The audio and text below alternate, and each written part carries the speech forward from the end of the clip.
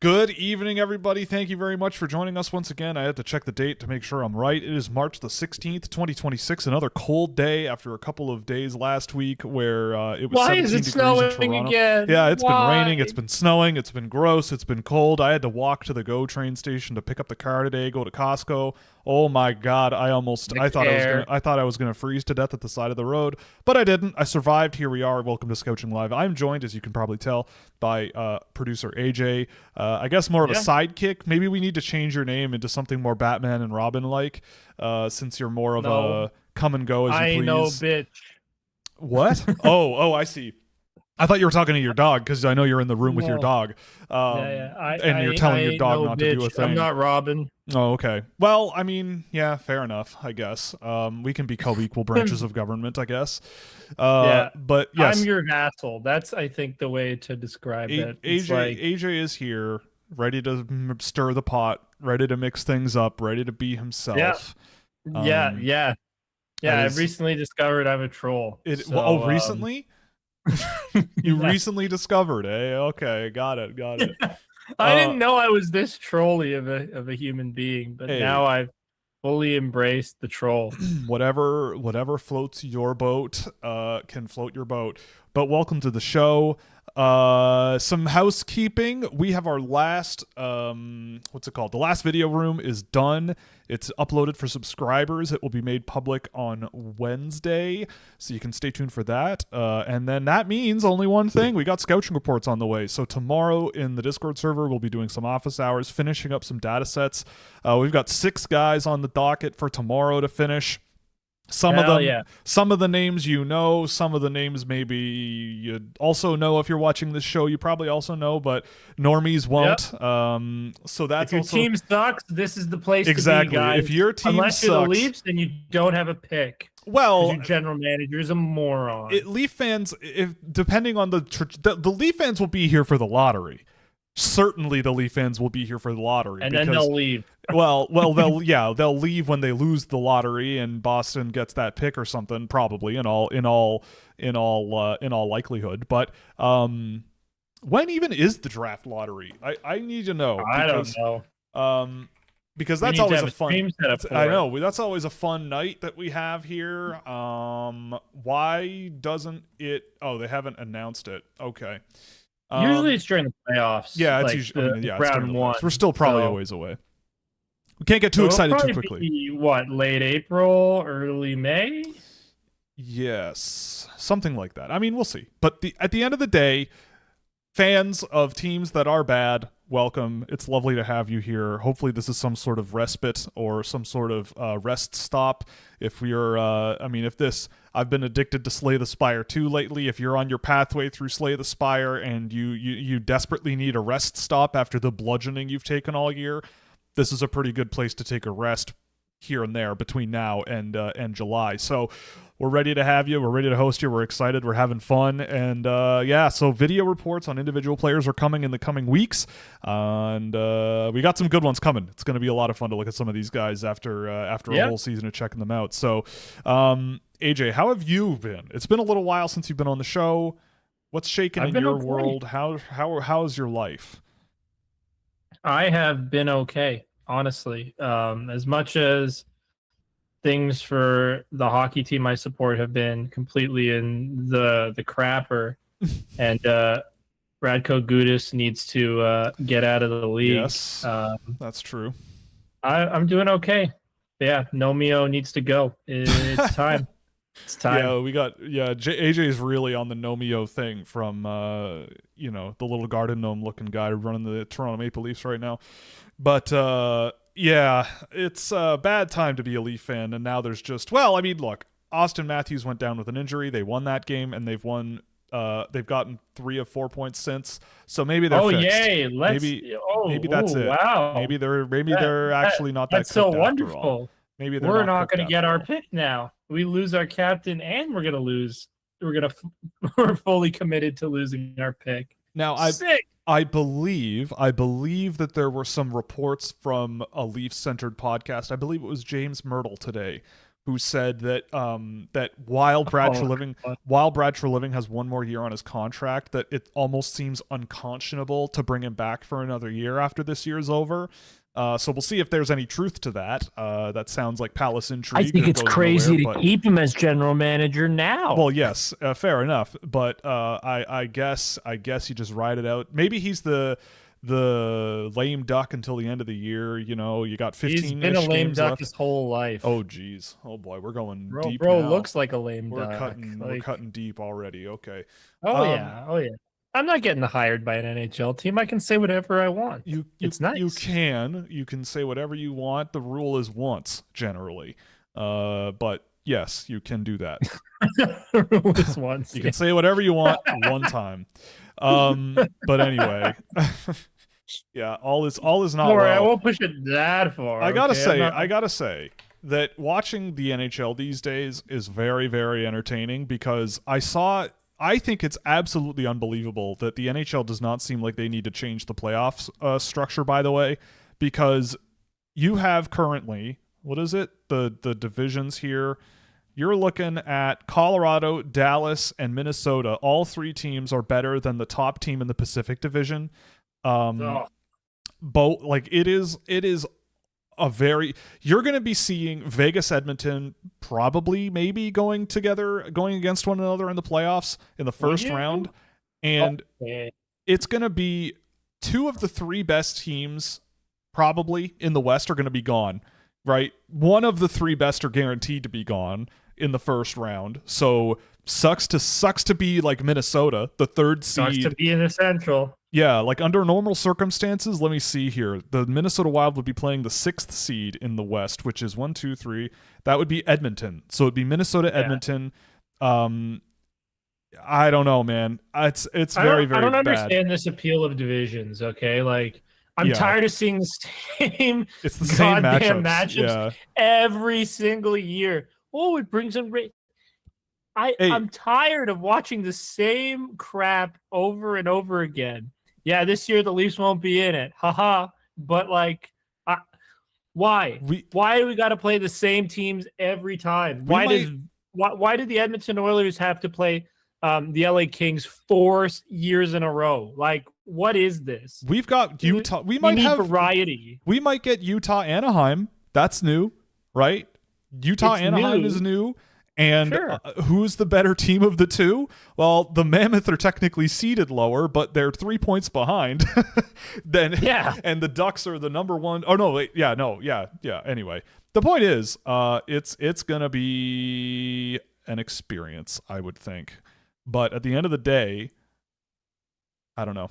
It's kind of hilarious. I don't know if this has ever happened before, where all three division winners on one division could all be higher in the standings by over 10 points over the best team in the other division in the conference. I think that's absolutely hilarious. Yeah, it's ridiculous. It's awesome. It's the best league. We changed stupid crap divisions. We literally play these teams 4 times a year. Yeah. Okay? Give us something interesting, please. Yeah. I'm not asking for interconference. Just make it so that the Atlantic can play teams in the Metro and the Central can play teams in the Pacific, because we don't need any Pacific Division teams after a certain point, okay? Like, none of those teams are winning. You know what? I think that before we get into the chat, there's one more thing we should do. I think you should, because you said you haven't seen it yet. Do you want to watch? Oh, no, I haven't. Do you want to go watch Radko Gudas knock Austin Matthews out for the season and give me your thoughts on him getting a 5-game suspension? Do I ever? All right, let's do it. Because I've kept away. I've kept away from all this stuff for my own mental health. I was going to say it's for his mental health. AJ's doing a good job trying to remain stable. I've been good. It's just when I come here, I vent a little bit. Right. I put on the performative stuff to try and drive up engagements, because that's what matters here. It's all that matters. The life is about numbers, man. That's all it is. What the? All right, there you go. What a piece of shit. Yeah, that's a pretty nasty knee, eh? I haven't seen something like that in a long time. Pretty wild. So 5 Yeah, games. we need to get this gooner out of the league, Five man. games. 5 games. Get this gooner out of the league. On the bright side of the world of hockey, I think we're all going to get a very nice gift after Cole Hutson signed his contract to go to the Washington Capitals. I can only imagine the disgusting amounts of damage that player is going to do against other teams, I should say, for the Washington Capitals. I imagine he'll be in the NHL lineup. Really? I thought you were lower on Oh, him. no, dude. I honestly, Hudson, I said this on Twitter the other day. I don't usually tweet, but when he got signed by Washington, I had to say something because I've seen a lot of Cole Hudson over the last few years. I can't believe how good he's gotten. I remember watching him in his draft year and going, all right, like he's definitely a little different than his brother, but I don't know if it's going to be done in a way that's going to work in the NHL. And I just don't know if he has the explosiveness or the size to play his sort of powerful style to do it, let alone the defending. I thought his defending was also, like his brother, like a little bit soft for the age, right? And for the level he was at. But since going to BU and over the last few years, he's gotten to be one of the more explosive young defensive skaters I've seen. His defensive game has really improved. The offensive confidence he's got, the stuff that he does is just unreal. Like, he is very different from his brother. His brother is very lateral, he's very mobile, he's very sort of shifty, but Cole Hudson will skate directly at you and just blow right around you. Like, it's wild watching him play. I could be wrong, but I have come a long way on Cole Hudson since the day I saw him for the first time.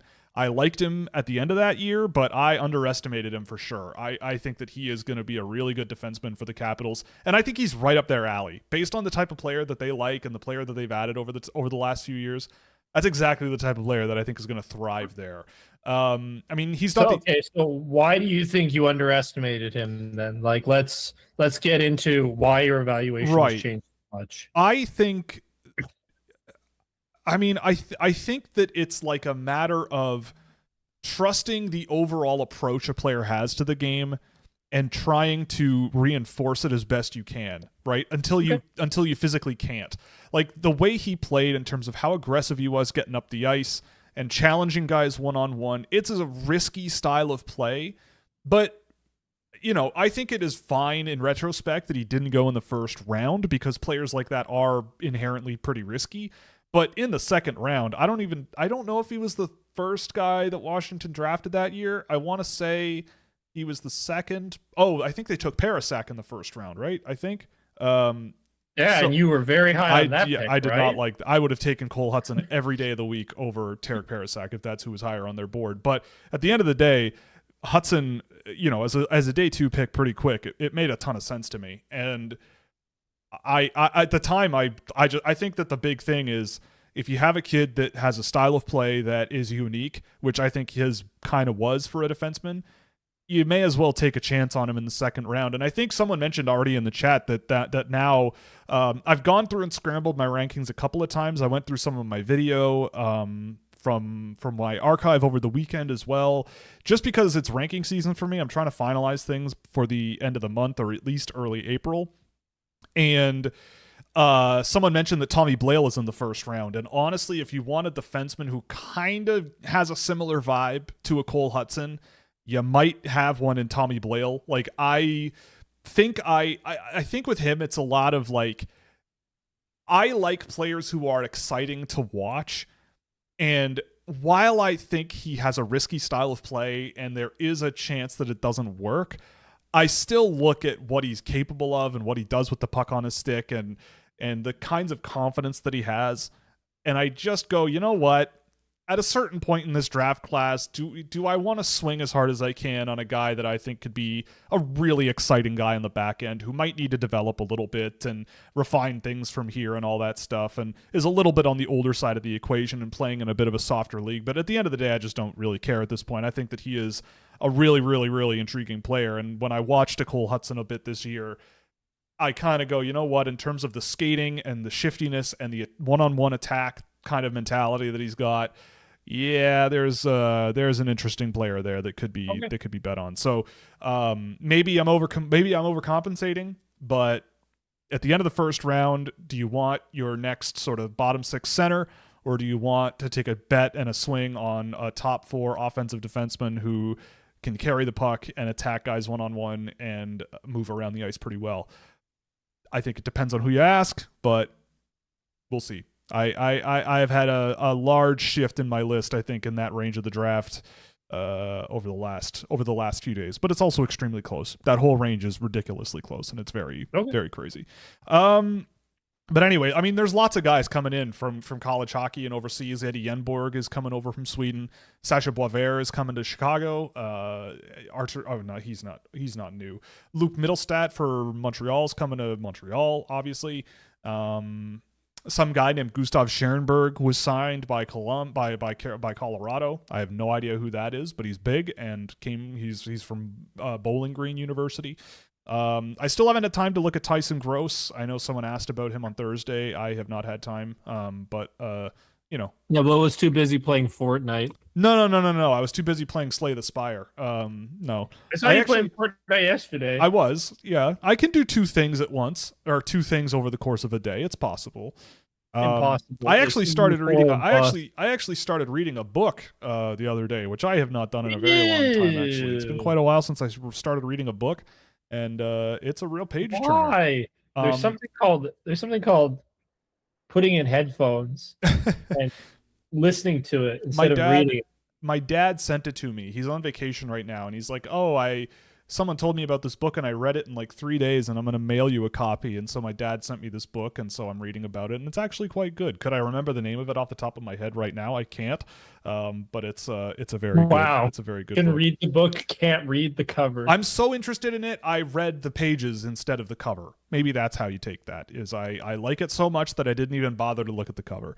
I just started. What's it about then? It's about it's basically like it's a journalist who followed around a lot of hotshot investors and interviewed them about their life and how they think and how they work and how they look at the world and how they live their own lives and stuff. And it's really interesting. I've only gotten through the first couple chapters, but the first one profiled this really interesting investor from India who is a very charismatic person. You could probably recognize him if you saw his face. He's this like bald man with a wild mustache, and I can't remember his name off the top of my head as well. But it's really good. It involves, it looks at all kinds of stuff and all kinds of angles, and yeah, it's a good time. And yeah, reading a book, it's pretty cool.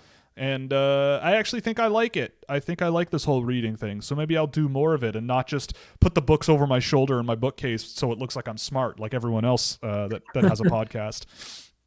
All right. Is Bertie Madoff one of the guys? No, thankfully no Bertie Madoff. It seems like the subject. But he was a big hotshot investor. He wasn't. He was a Ponzi scheme artist. You know, that's not really investing. That's just lying to people. But the guy in the it seems to be profiling people who seem to be good people generally, who like this, for example, the guy they profiled in the first chapter, he like once he made his money and like didn't know what to do with it all, he actually went back to India to like the area where he grew up and started like a school for underprivileged children from the lowest castes of society who are gifted, and he goes to like the boarding schools there and makes them do exams, and the best students go to this school that he sets up that sets them up to go to the most prestigious engineering and science colleges in India.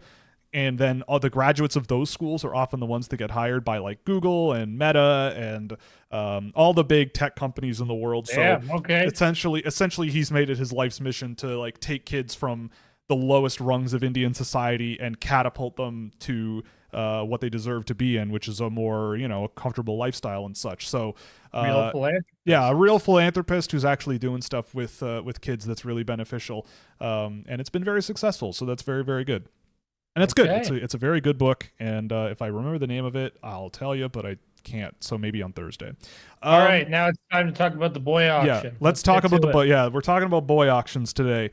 Austin's here. What's going on? It's been a while. I feel like I haven't seen you in a while, sir. My heart swooned when you ranked Jordan Duguay. Can you tell the fine people what you like about him? Yeah, I mean, I do have him ranked. I think he's on the watch list right now. You like him? He sucks because I like him, exactly. No, Duguay is a guy who I think is a bit of a ways away. he's not a guy that I think is like a super flashy high end pick or anything by that stretch, but he's one of these guys that I think is very Kyle Dubas coded. Like, he's very smart.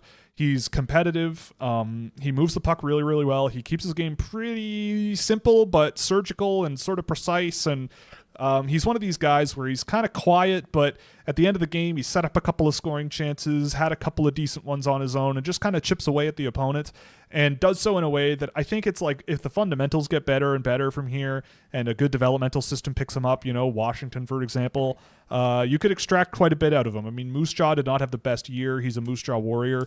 And I thought on that team he played really well. So as like a later round guy, I definitely could see a team. I imagine he'll get drafted. I could see a team picking him, and I think he's a really good option. Is he on my short list for a guy that I'd actually draft? I don't think so, but depending on how the draft goes, I mean, if the draft goes 1-to-1 on my rankings, at some point I'd be drafting him in the middle of the draft. But there are probably guys I like more that will be available as late as the 7th round. Have you watched Quinn McKenzie and Nolan Stewart? I watched McKenzie, not Stewart. I'll have to check out Stewart. McKenzie, I don't remember a ton, but I think there's a nice sort of junior skill player there. Like, he's a little undersized, and I don't know if he has the sort of energy and the pace to crack a higher level roster, but could he be like an offensive leader for the Sioux Greyhounds if he's still there? I don't think they traded him. Like, if he's there, I feel like he could be an offensive leader for that team over the next little while he's still in junior hockey. Again, it's one of those things where it's like, he's a skilled offensive player. He's a little undersized. Do you see him cracking the code? Do you see him overcoming the obstacles that would be in his way? And I don't know if I see that with him. And I know I looked him up before the show because I saw the message, but Nolan Stewart is also pretty small. But I also have not seen him, so I'm not gonna go there on that because I haven't seen him. But I will. I'll do it just for you, Austin, because you're one of the OGs. Oh boy, we got a random question, AJ. You'll like this one. I was in New York City for work. Still love the city, but the fearlessness of these people on motorized bicycles drives me insane. What's a random thing that drives you nuts about Toronto besides the Leafs? I don't know if you've got something right off the top of your head. Streetcars. They're ugly and they're stupid. Why do we still have streetcars? Bad take. No, it's not a bad take. That's a bad take. No. Why is it a bad take? It's ugly. It ruins our freaking like, I don't like all the wires, man. What would you rather? Why? What would you rather have? Buses? Yep. Wow. Nope. Wrong. Pass. Nope. Streetcars. No, what actually bothers me about Toronto is the homeless.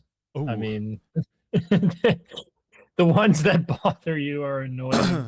When I was going to college, near like where I went to college was near Moss Park. Some guy came up to me and started like going, "Oh, you so skinny, man," and like pulling at my Leafs jersey, like unprovoked. That sounds like Moss Park. Yeah, that sounds about right. I went to college there for a year. That sounds about right. A random thing that bothers me about Toronto. I mean, there's all the easy answers, right? You could be like, "Oh, the traffic sucks. The drivers are crazy." Yeah. That's the easy answer. The TTC. I don't mind the TTC, man. People, you haven't really had bad public transit if you live in Toronto, unless you go to like the US and try some of the public transit down there. It's nuts. Not everywhere, of course, but the TTC is not so bad. I think my biggest problem with the TTC is that like we don't have any redundancy in terms of the lines. Like, it's literally, if this line goes out of service or this part of the line goes out of service, you're just screwed. Yes, that is a bad thing. Yeah, that's my biggest gripe with it. Yeah, when it breaks real hard. It's bad. Yeah. Oh, it's terrible. And then Bloor Street is like a complete mess if something breaks on line 2, like, and it just makes my life terrible. So luckily I'm in the position where I can Uber, and my dad's got Uber One. So my rides are really cheap. I got a good one though. I figured one out that I think that this is a legitimate problem in Toronto that I feel like, I guess it's a problem everywhere, but I feel like based on my life experience in Toronto, it's abysmal, which is the jaywalking. People take their lives into their own hands on the streets of Toronto. Yeah. It is unbelievable the things people do. You could be 15 feet away from a crosswalk where you just push a button and it has to stop the traffic. It flashes the lights and whatever. But people will just like on their phone walk right into traffic and be like, especially the worst is when they put their hand out. That is when I'm in a car or whatever, which not usually in a car in Toronto, at least not these days, but when someone's jaywalking in front of me and they put their hand out, I go, you know what? I should get licensed to run this person over and be not penalized for it. How dare you? You put yourself in danger, you take the risk, and then you have the audacity to like, it's like you're God and you're like, no, wait, I'm going first. And you're like, you could walk 20 seconds further down the road, push a button and walk across the street. I'll stop for you just fine. The jaywalking is insane. I can't believe it. They walk slow. Like it's not sometimes even, it's bad, man. Dude, it's like I go to the crosswalk always. Like there's only one place that I jaywalk, and it's at my bus stop to get home because the light is a block away, like a literal block away, and I would have to get off a stop earlier in order to do that. Yeah, when I do that, I make sure there's no cars there, and if like it's a little busier, I will sprint across the street. Like I don't care. I just I'm quick and I get out of there, and it's not that big of a deal. Like I gotta jaywalk across Kipling. It's one thing. Kipling's a decent sized street. Yeah, I mean it is one thing to do it more out in Etobicoke, like whatever. I guess that makes it more acceptable. But I'm talking like people who are like on Bloor Street. Oh, I know. Like Bloor and Runnymede or something, or like right in the city on like College and Bathurst. Dude, people right on Liberty Street where I work. Oh my God, it's so crazy. It's bad. I can't believe it. Right on Liberty, it's terrible. It's when someone when someone is on their phone and puts their hand out, I go, all right, that's like 2 strikes. In my baseball game, in my head, 2 strikes is a strikeout. Just make them feel bad. That's roll down the window and stick your head out the window and scream at them. Yeah, I'm driving here. Yeah, exactly. Yeah, I'm driving here. Yeah. I'm driving here. But that's definitely a big one. Also the bike lanes that I'm a proponent of bike lanes, but some of the bike lanes in Toronto are absolutely ridiculous. Like Bloor Street is a 4-lane road, just a road that has parking and bike lanes and 2 lanes of traffic on it. Yeah. That to me is ridiculous. I would rather just see the city ban street parking and add like bike corridors down the city, like through the city, as opposed to have these weird ass bike lanes that are in the middle of the road between the driving lane, between parking spaces and the driving. It's crazy to me. I don't know who approved that plan, but I guess they're too cowardly to block cars from using a certain road that goes across the city. Rob Ford, may he rest in peace. Rob. Doug's still alive. Yeah, I said Rob. Oh, I thought you said Doug. Okay. No, gotta get your Rob. Fords right. He was the mayor. Got it. Yes, Rob. Yeah. God bless that man. The greatest politician this city has ever seen. I hope that answers that question. Did you predict that Eklund goal by having him ranked second overall? That's the answer. Yeah, exactly. Yeah, Toronto is. Oh, you know what? Okay, I got one more. Oh boy. Okay. The house prices. Well, yes, that is not. I can't live here. I can't live here. It's unlivable for any normal human being. I can't live here. Yep. It's ridiculous. Did you predict that Eklund goal by having him ranked second overall? You're damn right I did. I mean, that goal he scored was absolutely unbelievable. I don't know if you saw that, AJ, but the William Eklund goal he scored the other day was. I don't see anything, so I will go watch it right now. Was unbelievable, and he was always great, and nothing will ever change. How should I look at scoring? My new role on this show is literally just to kind of disrupt you. Right. Yeah, pretty much. This year it's like I've taken a break, you know? Yep. Is it this one from like 3 days ago? Yes, almost certainly. Okay. Yeah. How should I look at scoring for draft picks, for example? For my Sharks, Carson Wetch has 71 points, but it's the WHL. I think it really goes. Yeah, right. Isn't it sick?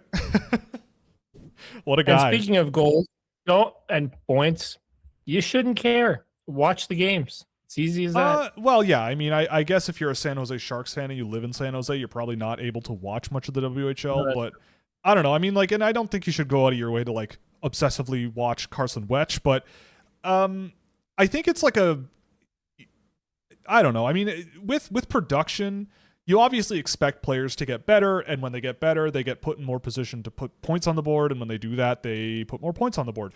I think with Carson Wetch, it's like the way that he played when he was 17 and the way that he played when I caught him last year, whenever that was, it kind of lended itself to being more, a better forechecker than most WHLers, a little more skilled, but a little more inside driven than most WHLers. He's on a good team in Kelowna.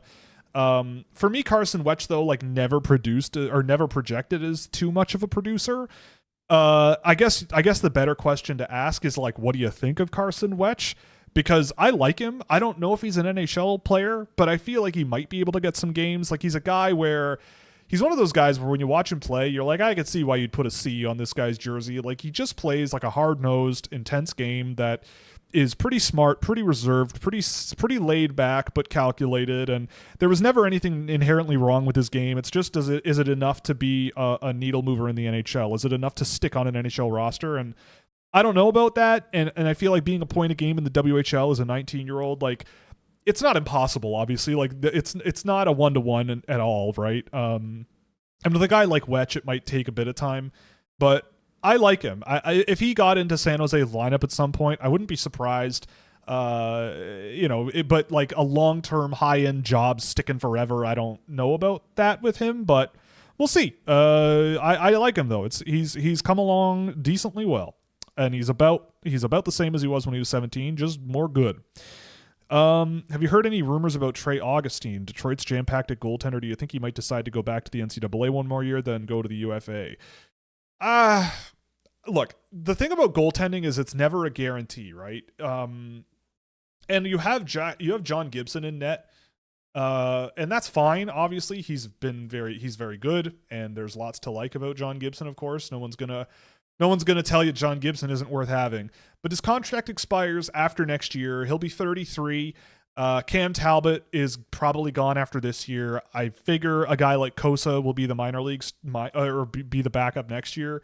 At least the job will be there for him. And I don't think that means just because you have Gibson and Kosa that you're guaranteed you don't need an Augustine. If I am Trey Augustine, I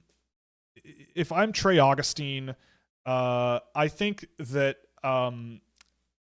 if I think that I deserve to just jump right into the NHL, that might be a little problematic. I don't think any goaltender or any player for that matter really should do that, outside of some examples.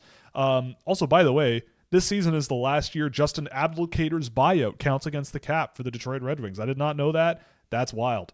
But anyway, I think with that, with Augustine, you try to bring him over now. I don't know what else he has to prove in the NCAA, especially if MSU has a good run at the national championship this year.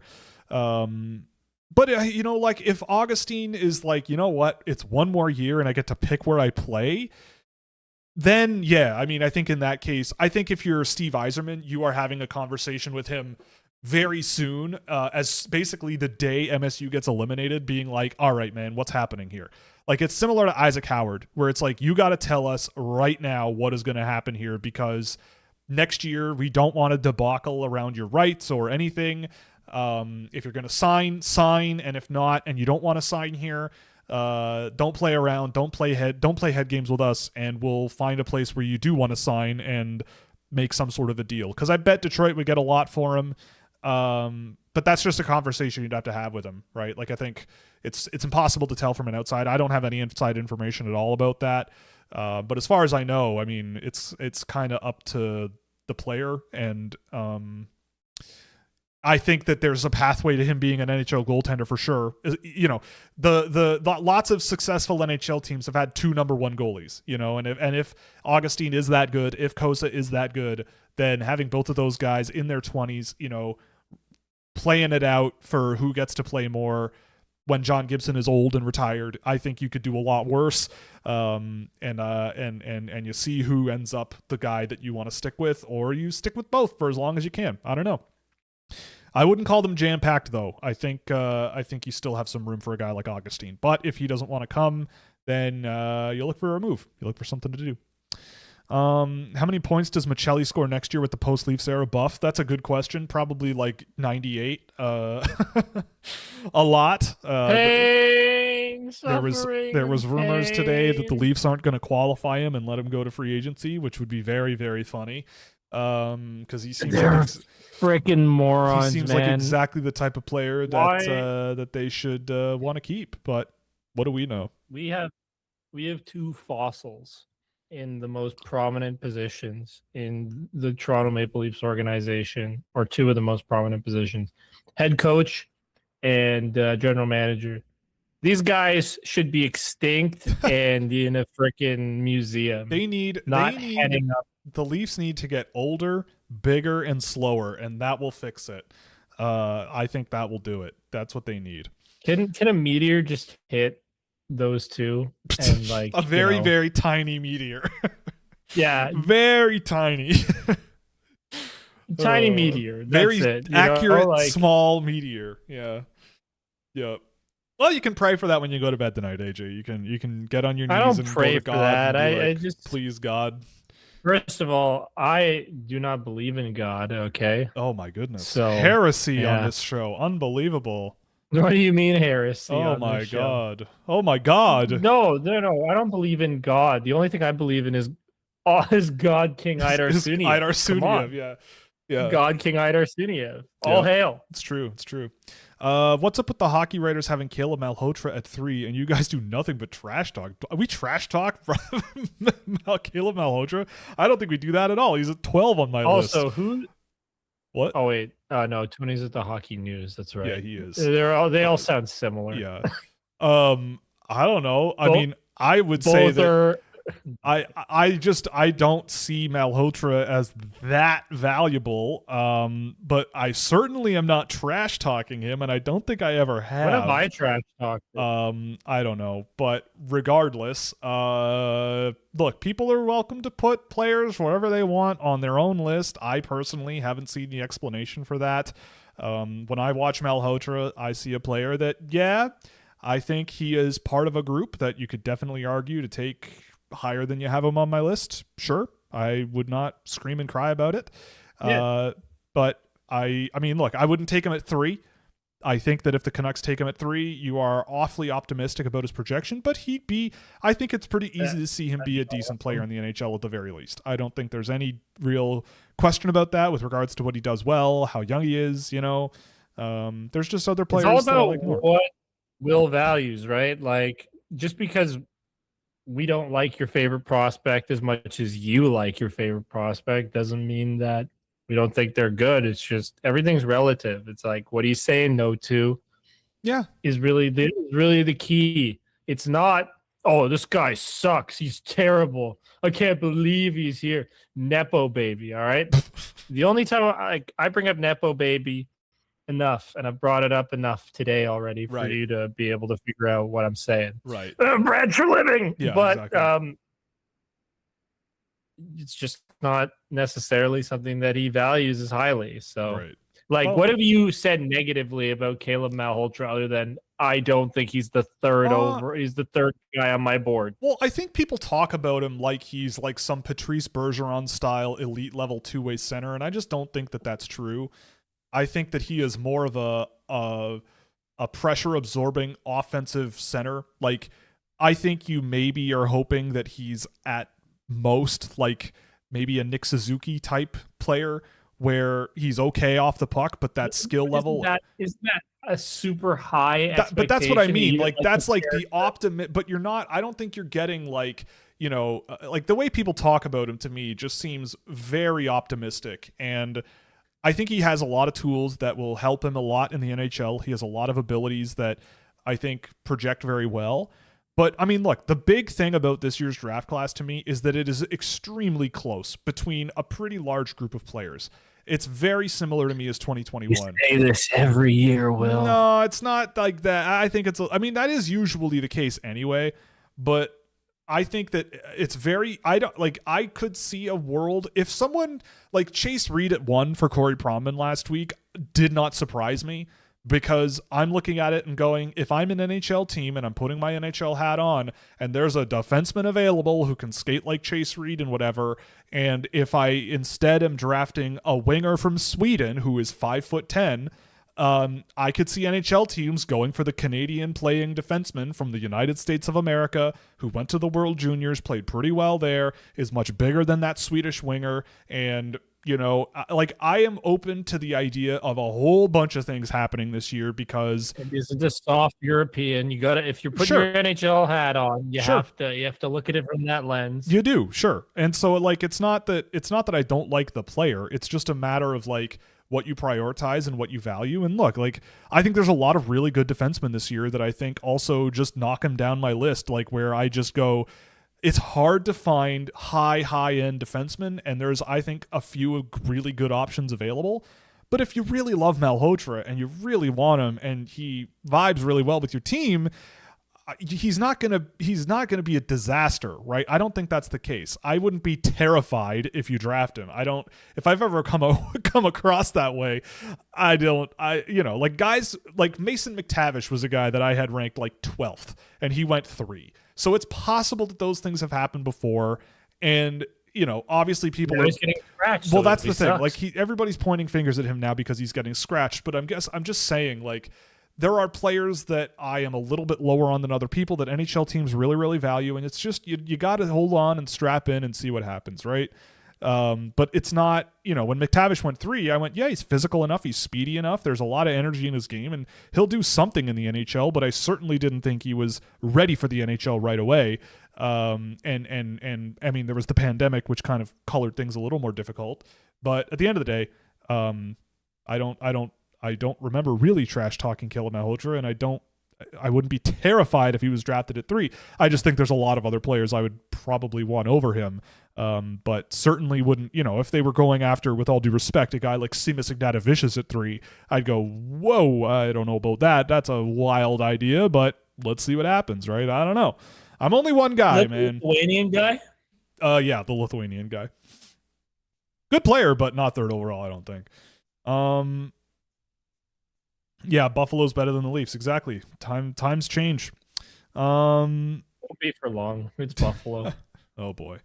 My team's gonna miss the playoffs for the 6th straight year and draft between 12 and 16. Again, the life of a Flyers fan is nothing but pain. Yeah, I know. That's unfortunate, my friend. I'm sorry. It's been that long. Yeah, it's been a while, man. That's crazy. Yeah, the Flyers.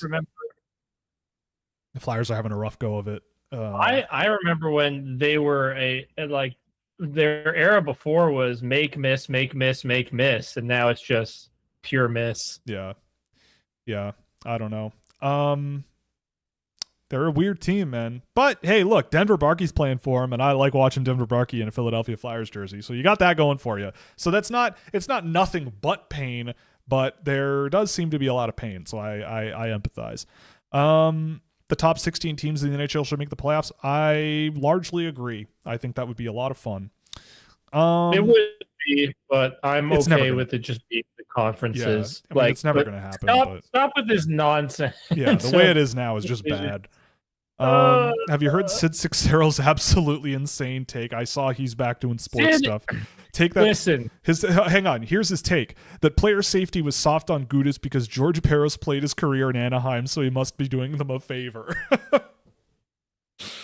But Sid says other stupid stuff. Like he compared the Leafs to the Italian national team. Are you stupid? It's England. Yeah, that's true. They are England. It's not even close. That's true. Sid Sixero is a nothing burger in terms of what he does. His trolling is literal rage bait. Oh, he is a good rage baiter, man. He is very good at it. Let me explain this to you. I know somebody who knows Sid because the school I went to literally had somebody who was on their show and would interact with Sid often. All right. And my good professor, I guess, really instructor, Tony Ambrosio, told me, Sid just rage baits for the sake of it. He doesn't mean anything by what he says. That's kind of the gist of what he said. He didn't actually say it, but he's just trying to get a reaction. That's all Sid is. Yeah, I mean, he's a rage baiter. That's just how it works in 2026. You gotta be. Don't listen to Sid. He is stupid. He Or- has no idea what he's talking about, and the only thing he does is run his mouth and try and drive up engagements. All right, or listen to him for entertainment purposes and not. but it's not even entertaining. Well, it like, is if you he's think just about it that way. I dumb. mean, it is He's kind of just funny. dumb. He's just dumb and spreading nonsense. Like, this is the thing that always like got me about some of the morons on television. All right, like you say these things that aren't true, and you like put these ideas in people's head. Mhm. Like, bro, stay away from this. All right, I don't care what you have to say, and I don't need a big fake outrage tweet about it. All right. Yeah. I mean, I Go mean, I back think to that take is just emotional Toronto person trying to make a conspiracy out of something where I think you can't. It's what was the saying? Don't attribute something to malice that can be attributed to like stupidity or something. Like, I think it's just the way that the NHL is operating, where they look at some situation like that. Like, I was listening to Chris Johnston talk about this today, actually, in Costco, and he was talking about how when Brendan Shanahan took over as the player safety person and started suspending people a lot more seriously, there was a lot of pushback from agents and teams basically saying that he was being too strict and that it was costing teams money, it was costing the reputation of players, and so the NHL replaced him and scaled it back. And I think the NHL likes the way George Parros does his job, which is more hands-off, letting the league be physical and letting the players sort of do whatever and dealing with it and being a little more lenient, because they think it sells the game more when you have more of that. And if you disagree with that, it doesn't sell the game more. I agree. We're missing the gold medal captain of Team USA because some moron. Canada. He knocked both of them out. Him and Matthews and Crosby are gone because of Radko Gudas. Yeah, bro. So what are we doing? But why is this idiot allowed on the ice?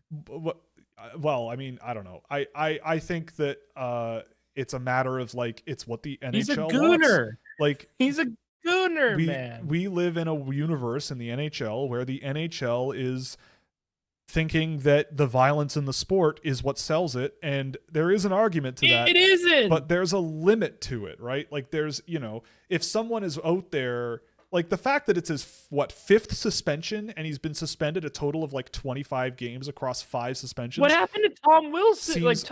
Tom Wilson got absolutely had the book thrown at him. Yeah.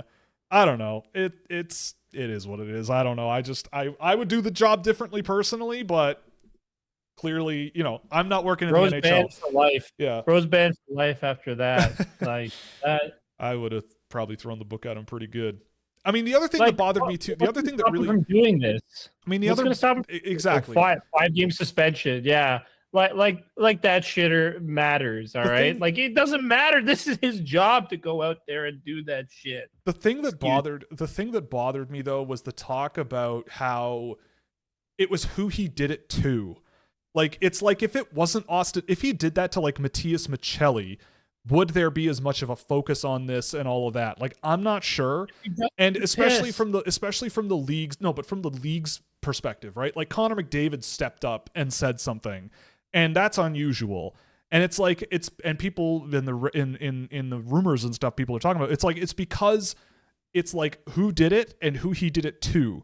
So it's like this focus on a thing that happens to the right player, and then all of a sudden everybody cares, and it's like, okay, like, if that's what it takes for people to talk about something like this, then so be it. But I don't know. It's a wild situation. How many games did Morgan Riley get for his? Wasn't it 5 as well for the Ridley Greig thing?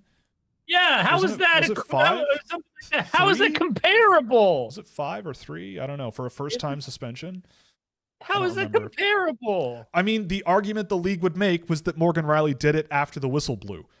Oh, like, it wasn't during the course of play. I mean, there is an argument to that where it's like, it's very different if you go after a guy when the game is not in play, when it isn't relative. I don't know. Like totally malicious where something's provoked, like there's also some Radko Gudas did that out of the shittiness of his heart. All right, like Morgan Riley and Ridley Greig. That's like, oh, you're showboating, asshole. All right, let me show you. You can't do that. Like it's completely different situations. Like I just can't believe it. Yeah, I don't know, man. It's wild. All right. You got 5 games, by the way. I had to Google it. Morgan Riley got 5 games. I'm scared of what might go down in the Toronto Anaheim game at the end of the month. Honestly, I just want to see it. I don't care. Whatever happens, happens. I'm not gonna watch it. I can't bear to watch this team, man. It's just bad. They are not. It's so bad. It's so Demidov is a unique Russian prospect. He's an offensive dynamo, a beast on the forecheck, steals pucks, really involved in the defensive zone. Do you think he has the abilities to be a two-way player? I think you just outlined that he is a two-way player. Like, if you read what you said, he is that. Because, like, Demidov, I've always... Look, you can call Demidov whatever you want in my presence, and I will agree with you as long as it is positive. I think nothing but the best things about that guy. I've always felt that especially since he was 16, 17, I think his off-puck game and defensive game has really improved. I mean, I think that with more experience and time, he will become more comfortable in this league and more resilient and physical and all that stuff. But I think on both sides of the puck, there is a really, really, really, really good player there. And I'm sure Montreal doesn't really care. I fully trust the Capitals' development. I thought the draft video from last summer was interesting, going behind the scenes from their management. Honestly, yeah, we've said this before on the show, but the Capitals might be one of the smarter teams in the league. I think that that's not a hard thing to defend. Well, they bought Cap Friendly. Yeah, they bought Cap Friendly, but like, I think Spencer Carberry is a great coach. They are not having the best year this year, but I think they might have. I think what happens if you aggregate last year and this year for that team in terms of their record, I think you might end up with kind of what their talent level kind of is. They made the tough decision to trade John Carlson, but got a lot for him, and I think they'll use that well. I think that the Capitals, I think based on especially watching guys like Cole Hudson, Andrew Crystal, all that stuff, like they trust their development staff, and I think for good reason. And I think that Andrew Crystal seems to have hit the ground running in the AHL this year, which is not something I really expected. That's awesome, which is great. Yeah, it's great. I love to see that. So Washington is, I think, more often than not doing things intelligently and running a pretty good ship, and they're drafting well enough and signing smartly enough, more intelligently enough, where I think they'll be able to sort of right their ship and move forward, even though maybe a guy like Ovechkin is on his last legs, according to himself. I don't think last leg for a while. Yeah, like it seems like he's starting to get a little bit. I don't know what the adjective would be, but the end of the road might be in sight for a great goal scorer like him. But the Capitals, I don't think, are going to be sort of out of the picture too long, if at all, based on some of the work that they've done. And I think a lot of that comes down to their development for sure. I mean, look at all the guys that just have showed up on the team and done really well, right? Like it's pretty cool. I'm still very frustrated that the Leafs didn't think about Carberry as a coach at one point. I really wanted it, maybe a year before Keith got canned. Right. Yeah, just he's because, a smart guy, man. Leafs power play has always been kind of ass, even with the good talent. And the 1 year he ran it, it was top of the league.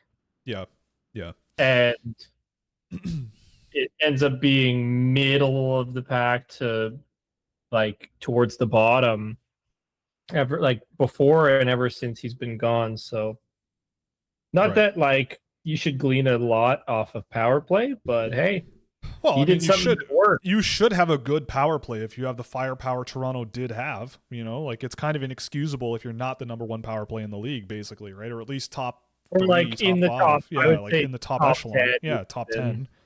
So you're right, I think.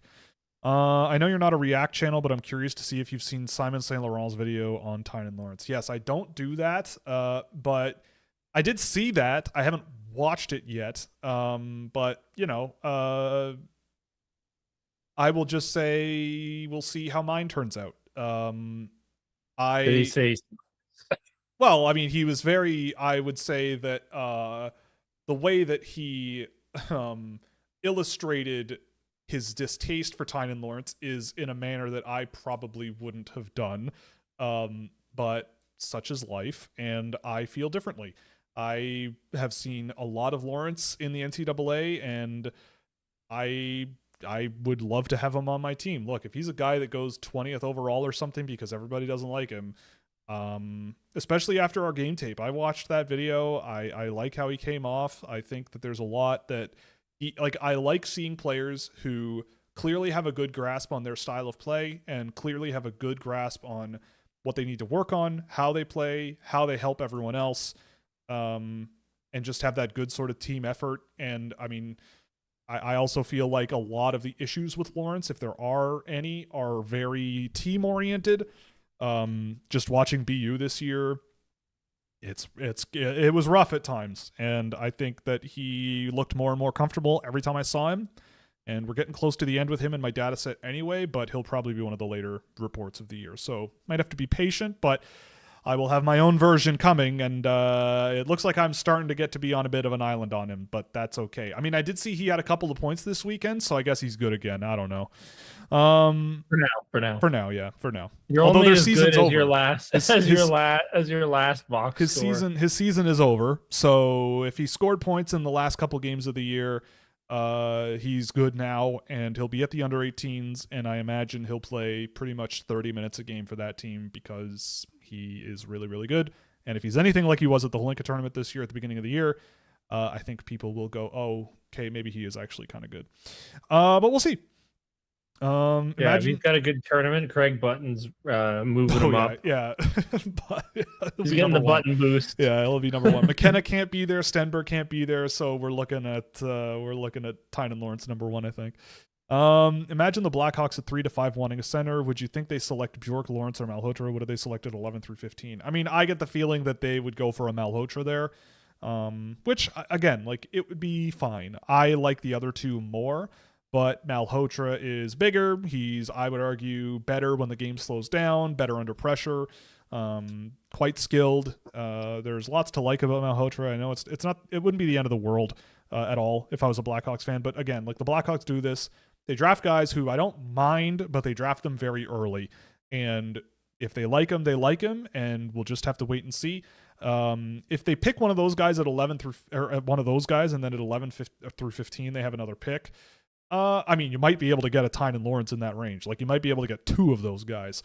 Depending on who you look at, it also, Viggo Bjork might be available in that range. Like, this draft, based on what's out there from people who seem to have their ear to the ground, it's going to be wild. I think it's going to be completely out of control, and lots and lots of fun to see where NHL teams actually come down this year on this class, because I don't think there's really a consensus on anything really past who goes 1, 2, or 3, right? It seems like right now it's Stenberg, McKenna, Verhoff in some combination. And from there on, I don't know, all bets are off. And so I don't have a clue. So I bet that in that 11 through 15 range, there's going to be a lot of really, really, really interesting players. What similarities and differences do you see in Villeneuve and Blale? They're both very skilled forward. They're both very, how do I put it? They're both very confident. They're both very skilled.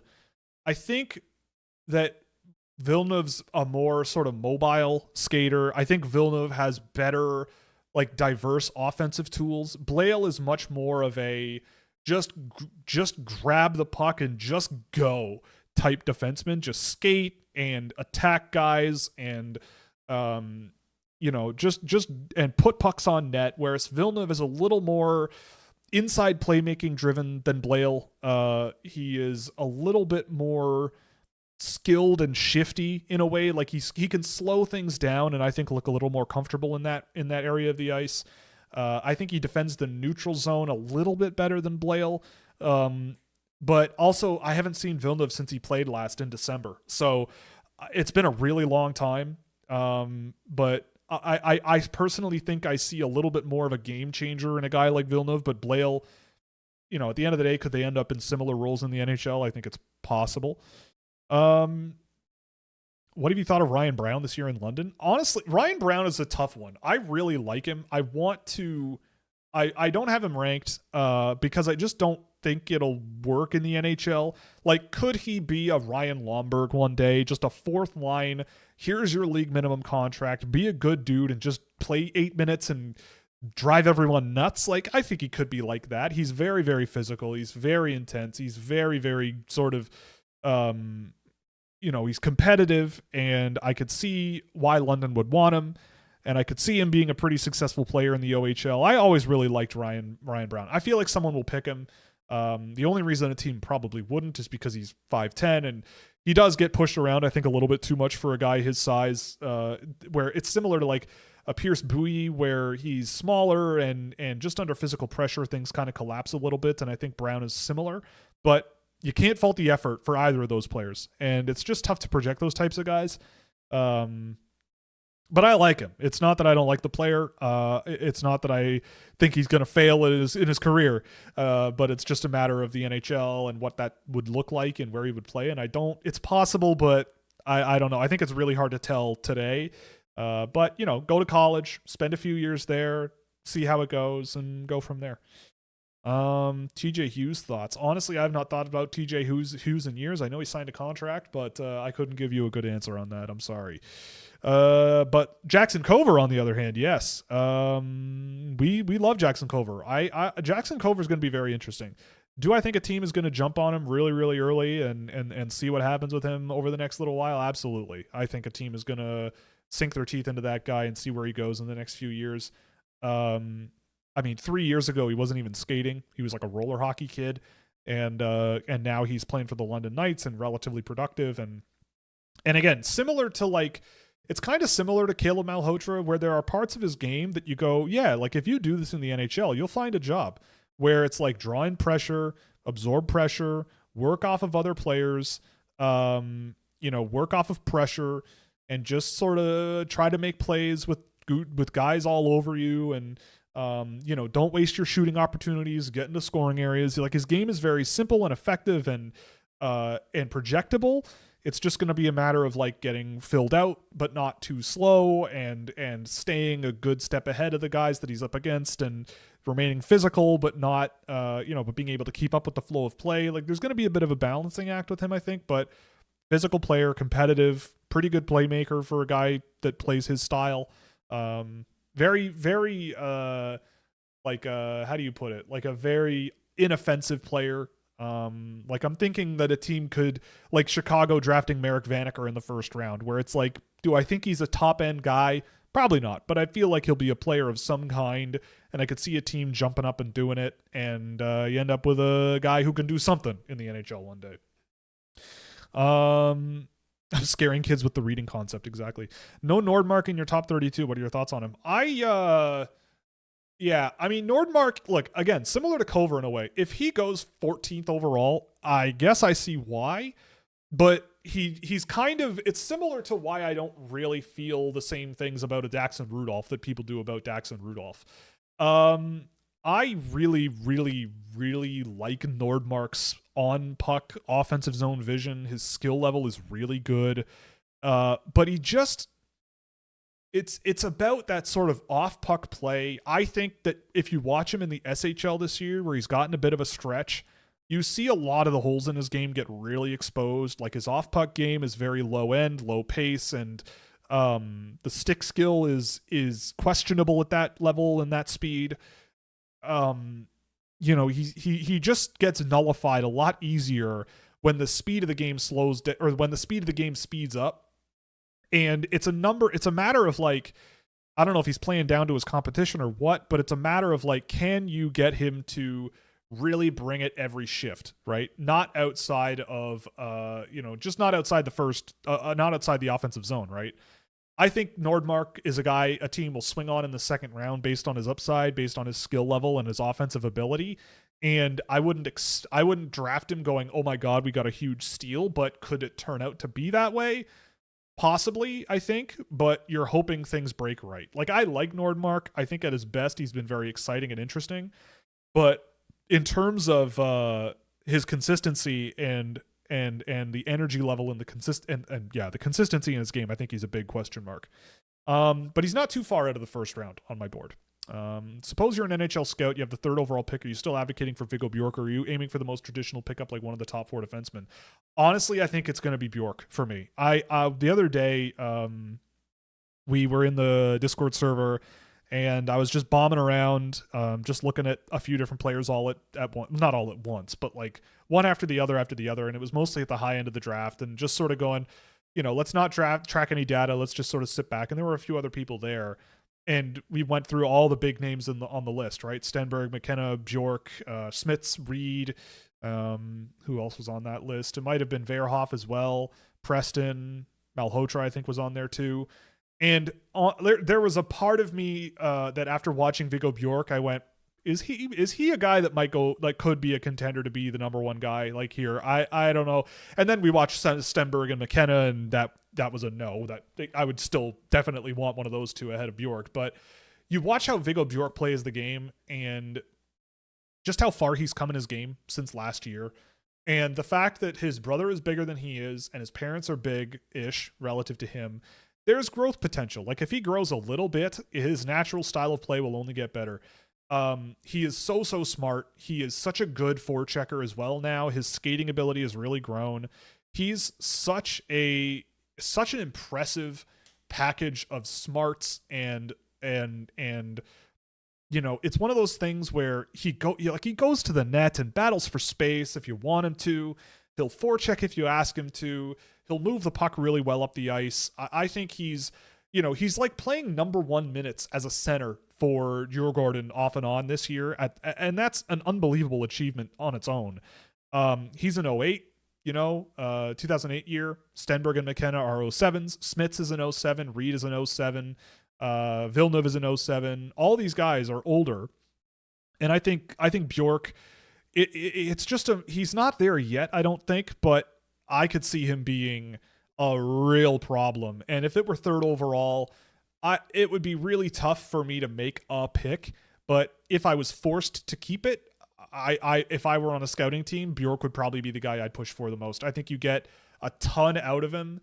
And if his game grows at all from here with regards to his skating ability and his skill level, you are going to be in trouble. I think back to, again, this guy's in vogue, so I don't want to be like, oh, this guy's going to be this player. But I remember watching Macklin Celebrini when he was 17 going, I see the appeal of this guy. He's so smart, and there's so many things he does so well. He's 6 feet tall, and if the skating, you can go back and look at my report from my draft ranking of him. It was like, if the skating and skill level goes anywhere from here, he's only going to get way, way, way, way better. And you could probably say the same thing about Bjork, and you could definitely say that about him at the beginning of this year. And compared to where he is now, he took a huge step, I think. So the other defensemen available, I think, would also be legitimate. I love Malte Gustafsson. I love Albert Smits. I think Chase Reed is a really, really good player. Verhoff could be a really good pickup as well. But I look at Bjork and that type of a hockey mind does not come around very often. And if things break right, you might have a really good player. Do you have Albert Smits as the best defenseman in this draft because you think he's the most likely to be a number 1 on a great team or some other reason? I do think he could be. I think he has one of the most unique profiles in a long time. I think for the type of defenseman that I personally really like, he is a very good example of that. I think his defensive game has also made a really, really big jump over the course of this year. He's had plenty of practice.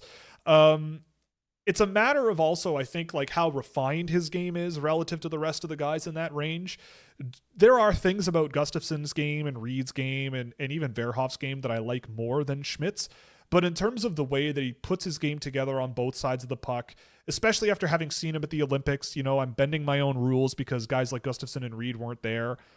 So it's a little unfair, but seeing Smits against the best in the world is a luxury that we got. And I thought he played quite well considering the position he was put in on Latvia this year.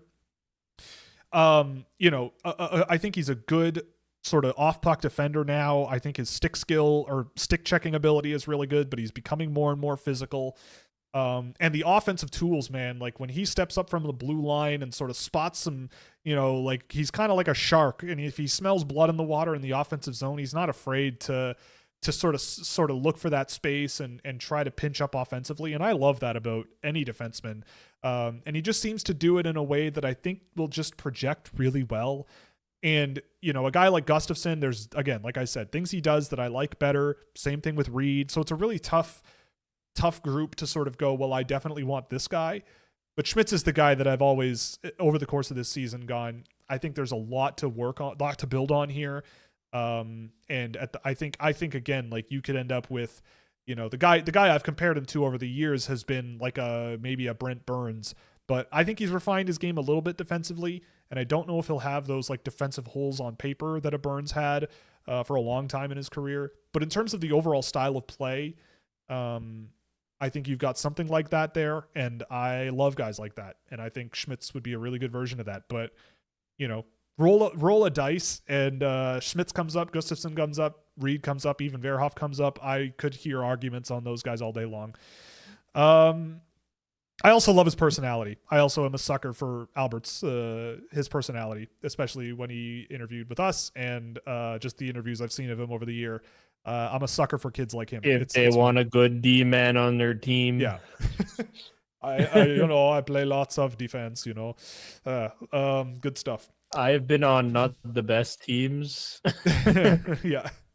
Yeah, coming out of Latvia, to defend more than attack. Yeah, exactly. Yeah, he's a fun one. It is awesome. Yeah. Go watch it. Watch it. Do it. While most people go to Florida for spring break, I'm going to see Victor Plant, Wyatt Cullen, and Casey Mutrin in person. Lucky you, man. That's probably a better place to be, honestly. Going to see the NTDP play hockey. It'll be fun. Well, that's because you hate Florida. I do. Yes, I do. Exactly. How would you project Will Smith's floor and ceiling now that his second year is almost wrapped up? Well, I mean, I think he's kind of there. I always felt that Will Smith was kind of going to be destined as a top 6 scoring winger. You know, I thought him at center was a nice experiment. It was a nice idea, but never really felt like that was a long-term solution for him. And I think it's a really good thing to see him and Celebrini. I believe they're still playing together, right? I don't get to watch as much Sharks hockey as I would like, but I'm going to look up. That sounds gross. What? The two of them are together, like in a good way. Yeah, it is. I mean, I think Celebrini is scoring as much as he is, and thanks to Smith being on his line, as well as Smith scoring as much as he is because Celebrini gets to play with him. Sorry, how many points does he have? He's almost at 100. What? Yeah. Will dude. Smith? Oh no, Celebrini. Yeah. That I figured. Will Smith. Let's see. Who's he getting jiggy with this year? Oh my God. This webpage is too long. Yeah. He's been pasted to Celebrini literally almost every single game of the year. Okay, he's got 45 points. Right. So I think 52 games, so not bad. Yeah, not bad. And so with Smith, yeah, he missed a chunk in the middle of the season, it looks like. But anyway, so with him, I mean, he's kind of playing the way that I expected. Like his defensive numbers are not particularly spectacular. In fact, they're quite bad. And that's true. That's been true since he was 17. Like his game is all offense and creativity and skill. And with a guy like news, he's a +1. True. You're wrong. Yeah, fair enough. But playing with Celebrini certainly helps. And I love him. I think that the NHL's better off with guys like Smith. And if you build a team around him that can fill the gaps in his game, which I think the Sharks are still on their way to doing, you're gonna do just fine. I love him. Here's a question, Will. Yes. Will Smith or Oliver Moore? Where do you lean now? Oh, I think I still am with Moore. Okay. I think I'm still with Moore, but I had those guys back to back, and yes, you did. Smith yes, probably Smith probably scores more, but Oliver Moore, man, he's my goat. He's my sweet cheese. You had Oliver Moore 5, you had Will Smith 6. Right. That makes sense. Okay. We love Oliver Moore. Kind of a personal question. How dare you? Are you aiming for an NHL gig, or are you just having fun scouting and communicating your stuff? Because I feel like you're suited for a professional scouting career. Well, I don't get this question as much anymore, but I'll tell you this. I love what I do the way I'm doing it. I would be very open to some sort of thing with an NHL team. I would definitely not say no. I have interviewed with NHL teams before. And yet I'm still sitting here. So there's that part of the equation. But I think I had a conversation. I've said this before on the show, but I had a conversation with an NHL employee who was pretty high up in their organization, and a smart person, absolutely nothing wrong. And the person said to me, like, if you could make up your own job with an NHL team, what would you do? And I basically outlined what I do now, right? Like sort of like an analyst on a scouting team, and be a voice in the room, and pay my dues, and just stick me in an office and grind away, and put together a database, and have my seat at the table, and then go from there. And he goes, that's fine, but it doesn't exist, right? He's like, if you don't, he's like, if you don't feel suited to being a traditional scout, which I personally don't, I don't want to be on the road all the time. I don't want to be in rinks all the time. I don't want to be that type of a lifestyle. And that's a big part of it too. But he said, like, the job that you want doesn't exist, and you're getting a general manager or a director or whatever to go to the owner and convince them that there's someone out there doing a job that has been around forever in a completely different manner that we should take a chance on, that we should take a gamble on. And it's much more difficult to do that, especially when I'm coming at it from a completely outsider's thing. Like, I didn't grow up with NHL contacts. My parents are bankers. Like, my parents couldn't tell you 7 teams in the NHL. Will gets a Christmas card from Mark Carney. Yeah, but won't. Exactly. but can't get in an NHL. Yeah, exactly. Yeah, that's the life I grew up in, right? So it's a little bit different, but you actually did. I did. Your family actually did get a Christmas card from Mark Carney. Yeah. That's why it's funny, because it's true. Exactly. But yeah, I mean, I think what were we saying here? But yeah, I mean, my phone is always on, right? I'm never ever gonna be like, I never want to work in the NHL. But I also, like, I went away for a year and a half, and during that time, a big thing I was trying to do, and a big reason why I left, was I had multiple people go, like, your work is way more valuable than charging what you charge for it, so you should try to just take it directly to teams. And I basically went around the entire hockey world trying to put my work in front of people, and it went absolutely nowhere. I actually ended up behind where I was before, right? And so, like, I feel like I'm barking up a tree that just doesn't really care that much right now. And if that changes, then that's awesome, right? Whatever. But I can't force it to change. And I also feel like I am way more mentally healthy just doing my thing. And I'm extremely fortunate to be able to do what I do, how I do it, and make some kind of a living doing it. It's very, very fortunate for me. But I'm doing my own thing. And if people are interested in it, they can always ask. They can always talk to me. They can always reach out. I'm always happy to talk and whatever. It's just a matter of, an opportunity or something coming along. So I wouldn't say no at all. But I love doing it this way too, because I get to talk to people. I get to talk about hot dogs in front of people, and I don't get to do that in my personal life very often. I got AJ following me around. It's a good life too. Following you around. Yeah, that's kind of true. Yeah, exactly. It's not so bad. I just send you sometimes I'll send you 9 unanswered messages. Yes. And it's just my brain melting over something stupid. Yeah. I mean, my thing, I'd still do that if you were with an NHL team. True. Yeah. My thing is that I just like, I like watching hockey players that are bringing something to the future of the sport, right? That's my whole compass. I love the NHL, but I love seeing what's coming down the pipe in the NHL. And so, for me, my thing is not necessarily about like being right all the time, but it's like finding the path forward and the players that like suit what I look for, and like adapting to that over time. And that's a really cool process to me. And it's a very small niche, and I appreciate everybody who watches anything that I make. It's incredible.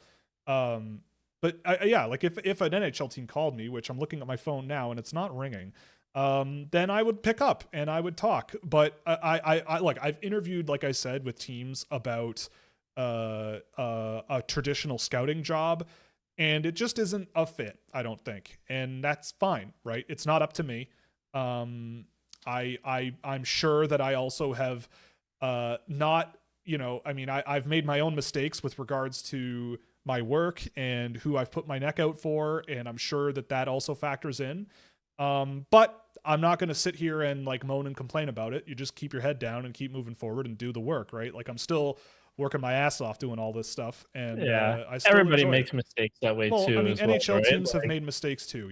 Like it's possible that scouts are wrong, and it's the same. Again, it's the same. I say this every show nowadays, but it's like I say the same thing about everything now. It's like finance. It's like analyzing stocks, right? If you think you can tell the future about every single business that's out there, then you are a charlatan. You are a fool. You can't predict. I the know future. everything about business. Right. You can't you can't predict the future. You don't know where things are going. You can make educated guesses, and you know what? And usually the ones who are best at it are the ones you never hear from. And so I generally just kind of keep to myself with all this. I mean, I share it with the public, but like I've learned over the years, I just keep my head down, keep focusing on myself and the work that I do, and trust my gut, trust my instincts. And when I'm wrong, I'm wrong. But I think the team scouting Brad Lambert. Yeah, exactly. Yeah, because he sucks, as we all can tell from his 6 minutes fourth line right wing job with the Winnipeg Jets these days. I love Brad Lambert. It's such BS. It's a great bit that we've got going. Yeah. It's such a conducive environment for just so Brad good. Lambert. It's so funny. Put him in the wrong position on the bottom line of a bull crap team with Cole Koepke and who's the other guy that played him with? I don't know, but definitely not a great situation. But nevertheless, long-winded answer to a difficult question. I love what I do, though. Will just doesn't want to abandon me. That's the real answer. Oh, I'd drop you in a heartbeat. I'm gone, son. That's not true. Get out of here. Oh, boy. Speaking of a gig. You love me. Well, of course. Would you prefer to be a head coach or a chief of a scouting department? Honestly, that's a great question. I think about this way more than you would think. I would love to be a coach. I've actually done a couple of Hockey Canada certifications just to sort of put myself in that world. I've never done it. I would love to, though, because I definitely think go coach House League team. Oh man, it would be so much fun. Like I feel like I'd try to be just a really, really fun coach to be around. And, my whole attitude would be, like I think you request a lot out of your players, and that's kind of how you get, you push them, but you also like, you got to be on sort of their good side, and they have to trust you and all that stuff. And I think I have a pretty good grasp on what you're supposed to do. I've watched a lot of hockey in my life. I've seen a lot of really good teams over my life. I've seen a lot of really awful teams. I know what one looks like. I know what the other looks like, I think. And so I would definitely do it. I mean, as an NHL head coach, if someone called me tomorrow and was like, do you want to be a head coach of an NHL team? I'd be like, that's a bad choice. I think I'd rather you can make me your video coach or something, and we'll see where that goes. But I don't think I'm comfortable jumping right into being a head coach and waltzing into a room full of professional NHL athletes who have never heard my name before ever or cared about me, and going, why should I listen to this friggin' guy, and having to figure that out. But I'd love to be part of it, part of that process. It would be great.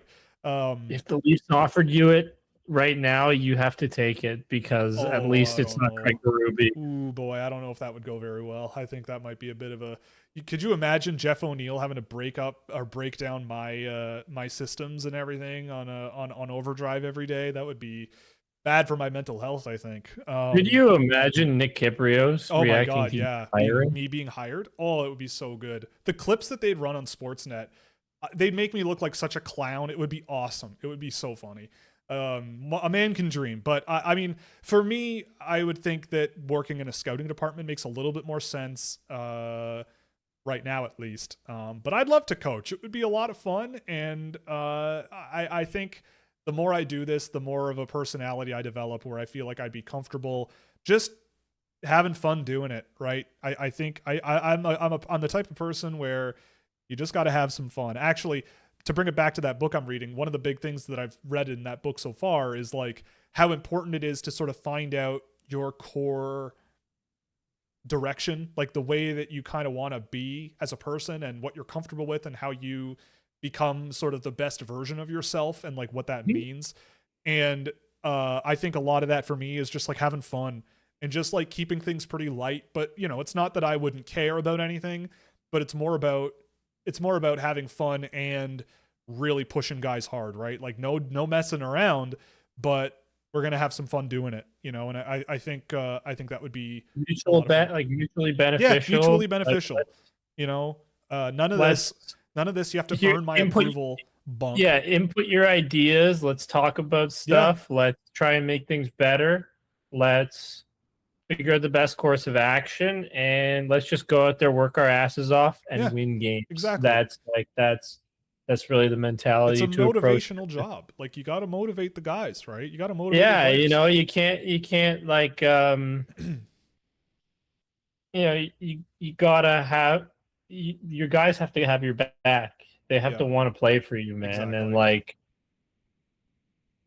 there's evidence of certain teams not doing that. I wonder who you could be talking about. I wonder who. Dino. Yeah. Novotny jumped to 13. Who'd he beat up at a bar? Me, actually. That's what did it. He found me at a bar and he said, "Wait a minute, you have me where?" And he started just beating me. And you said, "What about my mom?" Yeah, you said, yeah, no, you said, what about my defensive game? I'll show you. And then the next game I watched of him, he was incredible. So maybe he listens. I don't know, but no, the last couple times I've seen Novotny, I go, okay, that's the player I remember from last season. And I think he's really turned on some jets that I definitely wasn't seeing earlier. And yeah, I love him. I think again, if you're swinging for upside, Novotny is a guy who's right back where I had him before. Since you've watched a few games of Gavin McKenna, I'm curious what your thoughts on Jackson Smith are. Yeah, I mean, Jackson Smith is definitely fun to watch. He's a very, very, very athletic and fun to... What? Go watch his game tape. Oh, yes, true. We have a game tape on Jackson Smith from last year. I didn't get to do a video room on him this year. I wish I did, because when I watch McKenna... You know, it's pretty similar with Smith. He is very capable of some pretty incredible stuff with the puck on his stick. He's a very mobile a defenseman that I think leans a little more offensively, but I really wonder about his hockey sense. His ability to handle the puck in his own end and on breakouts and all that can be very hit or miss, and when he misses, it's rough. And that's been a thing since he was 16. You know, he's a defenseman with 11 goals in 33 games this year in the NCAA. You can kind of put two and two together a little bit there, that this is a guy who loves to sort of jump into the offensive zone and use his skating to his advantage. I think he's a very high risk, high reward defenseman, right? Like, I think that Columbus has a guy like Zach Werenski on the team, and Werenski took a really long time to really hit his stride truly, as in like win a Norris Trophy level defenseman. Not saying that Jackson Smith is that level of defenseman, but he has a lot of talent, and it might take a while for him to hit his ceiling. But if he does, he could be a real good get. I just think that in the finer details of the game, he's got a bit of a ways to go. But I hope for the best with him, because he's always a riot to watch. He's always a ton of fun to watch. Werenski's also hurt all the time, and then he had one season where he's like fully healthy. Yeah, that too. It's also part of the equation. Yeah, that's definitely also part of it, yeah. Are you a McLaren F1 fan? Unfortunately, so far this season, yes, we are a McLaren household. Things have not gone super well. So yeah, but we don't talk about that right now. We're moving on. Financial question. Oh God. Scouting a stock. What are the not so great parts of Google stock Alphabet? Well, I'll tell you two things. Number one, a big chunk of the money I have invested is in broad market index fund, which already holds a lot of Google. So I don't own it individually. In terms of the actual business and the actual stock, I love Google. I think they are a phenomenal business. It's just today, here's something that you overlords. What? Yes. Yeah. Praise them. Yeah. Praise they're my employer. Yeah. They employ me technically. Yeah. But in terms of like the stock, right? You obviously are buying it, in my opinion, at a very high valuation. Like the standard deviation on a lot of the metrics that you're getting when you buy a share of it are very thin relative to where it's been recently, right? And it's not that that's a guaranteed loss, but it does lower the probability, right? I think a lot of, if you're going to do something like stock picking, which I don't advise, to be perfectly clear, it's very risky. And it can be very damaging if you don't know what you're doing. But a big thing that a lot of really intelligent investors say is it's okay to not buy something a lot of people want. It's probably a good idea not to buy it when everybody wants it. And until there's like a screaming good deal that minimizes your odds of being wrong, that's when you sort of deploy your money. And right now with Google, I don't think that that's the case, even if the optimistic read on their trajectory comes true, which I think it's possible. It's a risk. You know, I think that there is a legitimate sort of threat to their search business. I don't think they're handling it very well, this sort of switch, the Google switch to AI stuff. I love Gemini, but I don't think they're handling the switch from the old school Google search to what they're doing now is being done very well. And the threat from other AI models that are getting better at doing research, that I think is also a threat. And I mean, I personally am a user of Perplexity, which doesn't usually use Gemini. It usually seems to be using Claude these days, which it's a great model. I think that's a legitimate kind of threat. I also never ever trust their hardware division. I think Google, I mean, their phones are cool. I own one. But in terms of the things that they launch, the things that they don't maintain, the things that that's always been a bit of a rough patch for me in terms of reputation. But you know, it's a matter of how much risk you're willing to tolerate. I think right now it's a bit risky. But only say nice things about our ad revenue. You can buy it. You can buy it. There's nothing stopping you. But buy it. It's buy expensive. It, buy it. It's expensive. You have to. Yeah, you're buying it at a premium, I think. And there's nothing wrong with waiting and buying it, because at some point it'll probably be cheaper than it is today eventually, especially with the things that are going on in the world today. Yep. In your experience, what traits do you find are easier to develop, like a bad skater to a decent skater, or is it everything is different for everyone? I mean, I think it's different for everyone, right? Like, it depends on the player's willingness to listen to coaches and, you know, put in the work in the gym and whatever, right? Like, a great development staff might have a great player on their hands, but if they don't work out and don't, like, literally work out, if they don't put in the work where you need them to, then is your development staff bad? No, right? Like, it's not. So it's different for everybody. I mean, I think that catching up speed and pace wise is very, very difficult. I think that especially if you're looking at guys who are playing, say, in the CHL, if you're not a very high energy, high speed, high pace guy in the CHL, it's a long path to the NHL. And you're hoping that those guys sort of catch up and surpass the guys that are ahead of them, which I think is tough to project and risky. So yeah, I think it's like keeping up with the speed of the NHL and how quickly you need to make decisions. That's the big sort of great filter, I think, for a lot of players. And that can be a really, really tough thing to learn. In terms of the basics, like skills training and just sort of skating training, the sort of more physical on the ice type thing, like if you have good coaches, it should be able to be improved pretty easily. But in a game scenario, it's very different, right? Training is one thing, but game scenario is very different. Quick thoughts. Well, you mentioned great filter, and now I have to go down the great filter path. Well, are we past the great filter in humanity, or is the great filter still ahead of us? What do you think? I will say that no. I mean, I don't know. I'm not a huge believer in the great filter thing. Really? Yeah, no, I don't think so. I mostly because, like, look at it this way, right? At one point in humanity's history, we were down to like 2,000 individuals and we survived, right? Like, I think that you would have to put in for us to do it ourselves, a humongous amount of work to destroy ourselves. Like, yeah, nuclear weapons, but in terms of going completely extinct, I think you'd have to go a real long way. That's not where I think the great filter lies. I think we're past it. That's what I was gonna say. My thought is like the development of multicellular organisms if you're talking that's like that, what I yes, think. I think that is Yeah. the great filter. Yes, That's what I the think. ability, The great filter is. the ability to, the ability to evolve structure. This is a freak accident, Yeah, it is. essentially. Yeah. And That I happened. actually saw a really interesting video of someone. It was a university professor who was doing a lecture, and it was about how, if anybody knows what the Drake equation is, it's this like theoretical equation that's supposed to calculate how many civilizations there are in the universe or in a galaxy or whatever. And everybody does it, and they're like, well, it's almost certain that there is other civilizations out there. And he kind of comes at it from the angle of like, there's a lot more evidence in the science that single cellular life and multicellular life is actually pretty easy to create, but anything beyond that, considering all of the advantages that the Earth has and how stable it's been for how long it's been, is pretty, based on the studies we've done, pretty rare.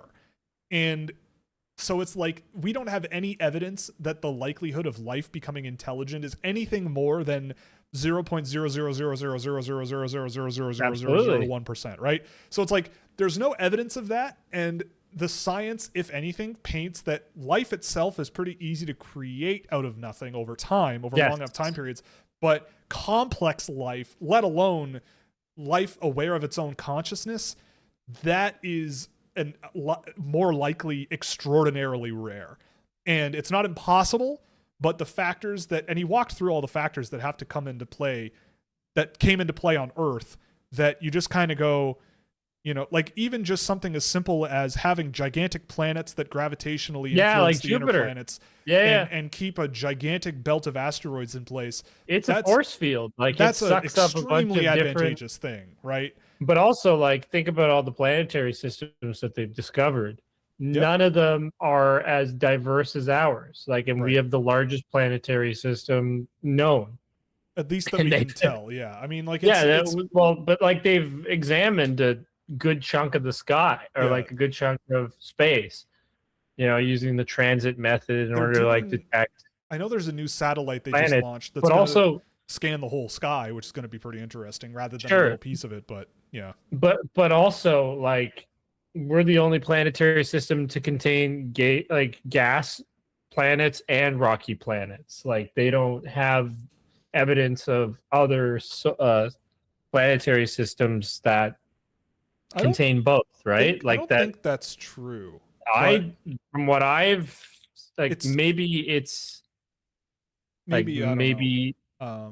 but this is the largest planetary system they've found. Yeah. Like, there's not one with more planets. Yeah. But I think it's either like it contains gas planets or it contains rocky. Like, I don't think there is the same level of diversity in other systems that they found, right? So like, our moon too. The moon is a huge humongous. It's a humongous moon. Yeah, because we collided with a rogue exoplanet that, like, that's what that is. Like, that's like something as simple as the moon. Like, tides themselves, basically, there's an argument that tides themselves basically are what helped multicellular life become complex, because multicellular organisms over millions of years would naturally get washed up on the shore, and then the water would retreat. So over millions and millions of years, eventually the ones that went, maybe we should try to, stay alive instead of just die on the shoreline. Maybe that's a plan that maybe we could try to do. And eventually it worked. But on a planet that is completely inert because there are no tides, things would be completely different. We probably would still be floating around in the ocean, gobbling whatever floats around our cellular bodies. We wouldn't be conscious of it. Or we'd just be sucking up sunlight. I could eat you. You could have eaten me. I know. We could have been eating each other all day long, man. Like, who knows, See, this is a good aside. Yeah, exactly. You mentioned great filter. I can't not go down this rabbit hole. I'm sorry. Of course. See, I'm a learned individual outside of the show. Like, I listen. No, I don't read. I watch videos. Right. Because I'm a modern man. Yeah. You're a modern, not Renaissance man. What can we expect for Boisvert this season? I would get scratched. Oh God. I mean, he'll play. I would expect him to look. I'd expect him to look okay. I saw a bit of him with Boston University. I've never been a huge Boisvert guy. I get the feeling that if he does play in the NHL, it'll be hey, welcome to the league. Let's see what you can do. And then next year he's an AHLer, I would think, which I think is a reasonable trajectory for almost everybody. But yeah, I know it's going to be exciting to see what he can do. I'll be watching. I'll check him out, and because I'm curious, because he's a guy that was drafted higher than I had him. Craig Button had Massey at 50 in his top 50 drafted prospects, and Nadeau, Riker Lee, and Trevor Connolly were left outside the top 50. Well, Craig Button will do what he wants. Did they do well in international tournaments? Yeah, I mean, Maxime Massey has points, and the other guys also have points, but people didn't tweet about Maxime. People haven't been tweeting about Nadeau, Lee, and Connolly over the last week, so I guess Button went, that guy should go on the list. I don't know what you want. From discussing it with other Sharks fans, it seems our consensus is that Wetch could be something like a third or fourth line scorer. Sure. Fourth line, like just a guy, a guy you like. Who'd you like more in their draft year, Cole Hudson or Tommy Blale? I don't know. I'd say they're probably very similar. Maybe Hudson, but I don't know. I don't know the answer to that question. Are you surprised about Alex Bump being in the NHL? A little bit. Yeah, I didn't really expect it, but it's cool. I'm never gonna poo-poo on any player making the NHL. It's an amazing accomplishment. So yeah, I mean, it does surprise me a little bit, but he's always been a rock solid hockey player, and finding a job that he can do in the NHL, it'd be great. Thoughts on the Gouda suspension? We did go over that quite a bit. It sucks. Goudas did nothing wrong. Obligatory Macklin Celebrini appreciation post. Now he's the most successful Sharks draft pick ever with 95 points. That's true. He's incredible. Thornton is not a San Jose Sharks pick. Yeah. He's incredible. Why the bump for Blale? We kind of went over him earlier. I imagine that came in. You might have heard it already. Yeah. Wow. So that's crazy because that was a while ago. Yeah, I'm way behind here. How many questions we got to get through? It's a busy night, man. All right, then we got a rapid fire because I've been up since 4:30 this morning. Dude, well, if you gotta go, take off, man. Don't. No, I don't gotta go. I'm off until Friday night. Oh, okay. Well, then you're here forever. Braden Shen projection for Caleb. If you're talking Desnoyers, maybe. I guess I could see that. Why do you have Verhoff so much lower? It's just a really good class of defensemen, and I think there are guys that have taken better leaps this year, especially Malte Gustafsson. I think Verhoff's projection and development could be really good. I think he has some really amazing offensive zone sense. His playmaking can be really good. He's got a hell of a shot. His puck management and defensive finishing ability is a bit questionable, but his range is really good. There's nothing really wrong with him. That's the thing, is just because I have him lower, it doesn't mean I don't like him. I just think that it's so close that depending on what you like in a player and how much you trust development, he could end up at 3, maybe even 2. I don't know. But based on what I've seen and in that group of defensemen, it's really close, but I think he's just a shade behind the rest of them, and they've all taken really big jumps. I mean, there's an argument that him being the youngest of them all, I believe, except Gustafsson, I think, maybe he deserves more rope. But compared to where he was last year, relative to where I remember Schmitz last year and Reed and Gustafsson especially, their growth, I think, has been really, really, really tangible. And I'm not so sure about Verhoff, but I do really like him. I think he'll be a really good pickup for whoever picks him up. Apparently, McTavish has actually been horrible, so sure. Whatever. Big sad. Barkey drew 6 minutes in penalties the other night. That's hell yeah, bro. Let's go. Good for the brand. Yeah, exactly. Okay. Yeah, and they did just sign McTavish to a 7-year deal. Carroll's at 29. How? I just don't think Carroll's is as good as people point him as. I think he is a solid defenseman who I'm not sure how much his offensive game projects to the NHL, but I like his sort of defensive instincts. He's pretty physical and doesn't overcommit. The last game I saw of him was the best one I've seen, if that makes you feel any better. But based on this class, I think that especially with the defensemen that are around, if you haven't seen guys like Golier or Håkansson or even a Svensk and Blale, they're really, really exciting. and I think they have really, really high-end tools and abilities that, look, it's one of those things too, where Carroll's is going to go like 5 or 6.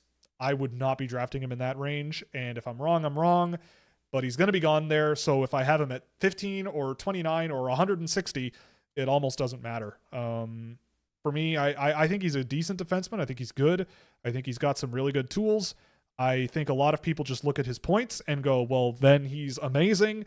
I am also sticking my neck out this year that the CHL has taken a pretty big step back, that people are, maybe I'm wrong. Maybe I'm overcommitting. Maybe I'm over gambling on that. But I think that it's become, when I watch the guys who score a lot in those leagues that are draft eligibles, I do not really, I don't know, compared to the other guys playing elsewhere that I've seen, the USHL and in Europe, especially those pro level guys, I just think it's different. I don't know. And if I'm wrong, I'm wrong, but I'm putting my cards on that table.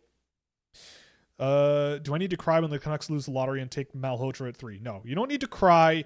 For me, it would be acceptable. For me, it would be acceptable, and you just remain patient. I would not do it personally, but he has projectable tools. I could see why NHL teams love him.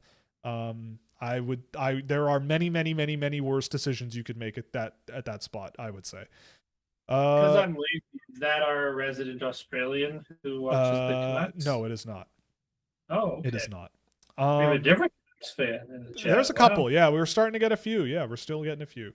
Tynan Lawrence is the youngest player in the draft. He's pretty close. He is quite young. Yeah, August 08. He's a good player. That's crazy. He's 8 years younger than me. We're getting. Yeah, we're getting there, man. Soon it's going to be 10 years younger than me. He was born after I graduated high school, so there's that. Well, I graduated high school in 2018, so I'm not close to that. Yeah. Simon St. Laurent's criticism of Lawrence that stood out to me is that he has his head down too much and will get lit up. Sure. Okay. That's some lame ass criticism. I personally go, okay, well, you can work on that. I don't know. I look at that and I go, yeah, but like, if that's the case, then why hasn't he been lit up already in the NCAA? Well, how's he going to survive Radko Gudas? Like how's he going to survive? There are big, tough, mean defensemen in the USHL who will lay you out if they can. There are definitely big, tough, mean defensemen in the NCAA who will lay you out if they can. He's 17 years old. I feel like if it was a legitimate concern that he is going to get blown up, then it very well could have happened already, and I don't remember it happening. I personally look at how he plays, and I look at him and I go, look, that's a guy you win with, and I think that if you're looking for things to be critical of, you'll see things you're critical of, and that's coming from someone who definitely has their own biases. I think you can definitely look at individual clips of players and go, they have their head down there, they have their head down there, they have their head down there, and you could pick and point at whatever you want. I think this game is so fast that if that is a problem, I think that's on your development staff to teach him how to skate with his head up more. I think that's part of the gig.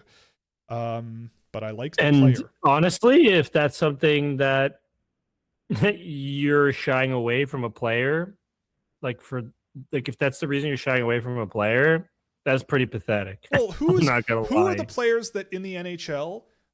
Who are the players that you go, oh, they had their head down and got blown up and now they're dead? Like, there aren't any. The guys that Austin Matthews now clearly right. The guys that get blown up and explode and all that stuff, it's bad hockey sense. They cross the middle of the ice, for example. That, like, whether your head is up or down, crossing the middle of the ice on an offensive zone entry, Jacob Trouba will destroy you, whether your head is up or down, right? Like, at the end of the day, like, it doesn't really happen where you go, oh, he had his head, like, maybe that's because NHL players always have their head up, but there have been players that people criticize they have their head down all the time, and now they're in the NHL doing well, right? Like, if that's what you're hanging your hat on, then I can't get in your way.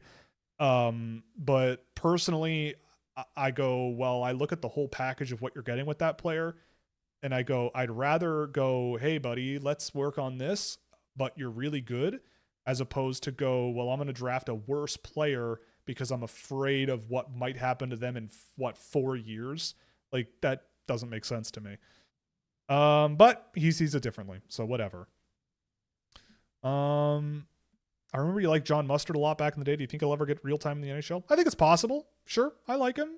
I would love it if John Mustard made it, especially because of the name. It's incredible. It's not impossible. I've liked him when I've seen Providence this year. When I did the Roger McQueen video, I thought he looked good in that, and I thought he looked good over the course of this season when I've seen him. I like him. Your favorite second round level draftee? Well, it depends on who goes in the second round. But I would imagine Ryan Lawrence. Yeah, I mean, someone like Casey Mutrin seems to be a guy that might go in the second round, and that guy would be awesome to get in the second round. Yeah, it wouldn't surprise me either if Nordmark went to London. I mean, he would shred the OHL. I mean, he would score a ton. Bjork is a pro right now. I mean, he literally is. I think he is a great player. Thoughts on Canada's World Cup kits? We don't really have time to go look at those, but I'm sure they're very mediocre. Out of the 17 categories, which ones are your favorite project and the best of your experience? What 17 categories? I don't know what 17 categories you're talking about. Unfortunately, I don't know what you mean. Oh, I lost my spot. It refreshed and I lost my spot. I hate when that happens. Yeah, if Bjork were 6'1", he would be number one on a lot of boards. No Bedard video. Why would you want a Bedard video? Like, you can just watch him in the NHL. He's sick. Also, we kind of can't. That's true. We also can't. Yeah, the NHL does not like when you post copyrighted clips, even if it's fair use. They do not like it. Yeah, we got a copyright claim on me using 3 seconds of Ilya Lyubushkin. Yep, we did. Like, there's no way we're getting away with doing a whole Connor Bedard thing. Yep. Yeah. And might add, that claim was BS. Yeah, a little bit. Thoughts on the Michkov situation? If you're talking about Tocchet, well, I'll take him. I would handle it differently. And yeah, I mean, Michkov, when he was 17, had his problems for sure. I remember there was a time when I had him like in the middle of my first round because I was like, what is this kid thinking when he's stepping over the boards? Remember when I said William Whitelaw was better? Yes, I do remember that. But then all of a sudden he left St. Petersburg, and I guess Sochi let him fly and let him do his thing. And I went, oh no, this is a good player. I get the feeling that if you get in his way, you're going to make him worse. And he has issues in his game, but I find that if you get in his way, you make those issues worse, in my experience. From the tracked data. Oh, the 17 categories of the tracked data. Okay, I'll get into that in a second. But yeah, I mean, with Michkov, I mean, they're playing him in the wrong position and not on the power play and not in 3. Like, they're just not putting him in much of a position to succeed. And then wondering why he's being a little fussy about it or whatever. And I don't know. I mean, look, I don't really know. I'm not in the Philadelphia room. I can't give you information, but I definitely would think that a guy like Michkov, you just let him go. And the weird thing is they've got Zegras on the team. So maybe they're like, well, we can't let 2 guys go all the time. We got to keep a shorter leash on one of them. And that guy just happens to be Michkov. I don't know. But yeah, but he's best friends with Jamie Drysdale. That's so true. Yeah, that's true. I don't know. Who's Michkov's best friend? Yeah. We got was this a Miley Cyrus lyric? Everybody makes mistakes. Everybody has those days. I think that's Miley Cyrus. I like that. We're getting into that. Her and I share a birthday. Oh, there you go. Have you seen? Oh, AJ, have you seen any of the Italian team at the World Baseball Classic? Nope. No. All right. Moving on. Nope, but I'm hoping they win. It would be fun, man. Or is that Italian? I love that they have an espresso machine in their dugout. That's fun. That's fun. The Phantoms right now have their 3. Oh my gosh. The Phantoms right-hand defensemen right now are Christian Kyrou, Oliver Bonk, and David Jiricek, and it's chaos. I mean, that would be chaos. That would be a lot of fun. That's what the AHL's for. Make your mistakes, learn, and have some fun. Any thoughts on Austin Bernovic? It seems like a solid body in terms of the whole Ducks rebuild. Yeah, I mean, Austin Bernovic, yeah, he's big, and every time he's on the ice, he's big, you know. Was he in the draft year that I watched? Because I think he was, and he was undrafted. Yeah, He was a re-entry pick. Yeah. I think. Yeah, he was an NTDP guy, like a depth NTDP guy. I think I liked him. Yeah. Yeah, he's all right. I mean, could he play minutes? I guess, big, plug some holes, sure, call it a day. It's not impossible. Wouldn't probably be on my team, but I can see why the Ducks would play him based on how they like their guys. Nicholas Moldenauer thoughts. Good college player. Whenever I've seen Michigan this year, Moldenauer has been impressive. He has a lot of energy in his game. He attacks the net a lot when I've seen him. It's just going to be a question of, is it enough? I don't know. I don't know the answer to that.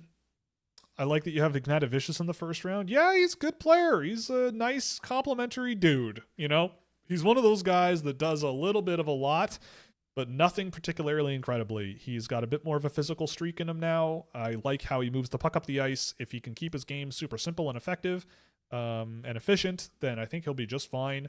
And if you don't expect him to revolutionize your team and he just ends up a middle six, maybe third line winger, I think you'll be just fine. And I like him. He's a nice one. And I think he's gotten better over the course of the year. But Will won't take him third overall, like he said earlier. Yeah, no, I wouldn't do that. Until we explore the universe, I'd say the great filter's ahead of us. The sun could turn into a red giant tomorrow and we'd all be cooked. I don't think it's turning into a red giant tomorrow. But I don't think the great filter is like a natural, like, I guess it's not like a unpredictable natural phenomenon, I suppose. More of like I guess we thought about it more of like as an achievement that the filter is developmental, complex. like a human development, like a species developmental. But if a meteor came and blew up the Earth tomorrow, and blew up the planet, then maybe that would be a nice filter that nobody could get through. But that's not. Yeah, but we would be aware of something that's possibly like going to be catastrophic. Like there'd be scientists like only if you look up and believe them. Only if you look up. Here's the thing. I have a lot of trust in institutions because people who don't are generally not smart. AJ's lived up. What have we done?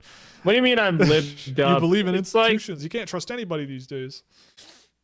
Bro, so much of what I've been able to accomplish is just because, like, I found somebody who's good at what they do. I learn how to do it, and I trust in the process and become good. Trust the process. That's how I look, not like the Philadelphia 76ers, all right? Like, I trust in their process, and I see the results. It's like, before I was into scouting prospects and like into Will's stuff, like up Will's, like doing like looking at guys like that. I found a fantasy hockey channel that's now gone called the Fantasy Hockey Podcast, where I learned how to actually.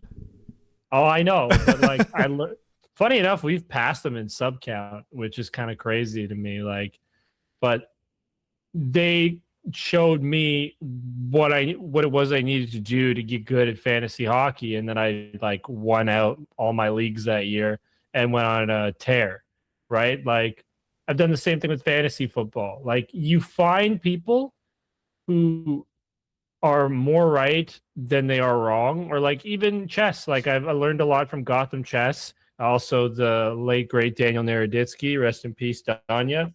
Like there are a bunch of people that you learn from and you just find shit out, right? Like, and what is the benefit of institutions lying to you? Oh, it's a big conspiracy.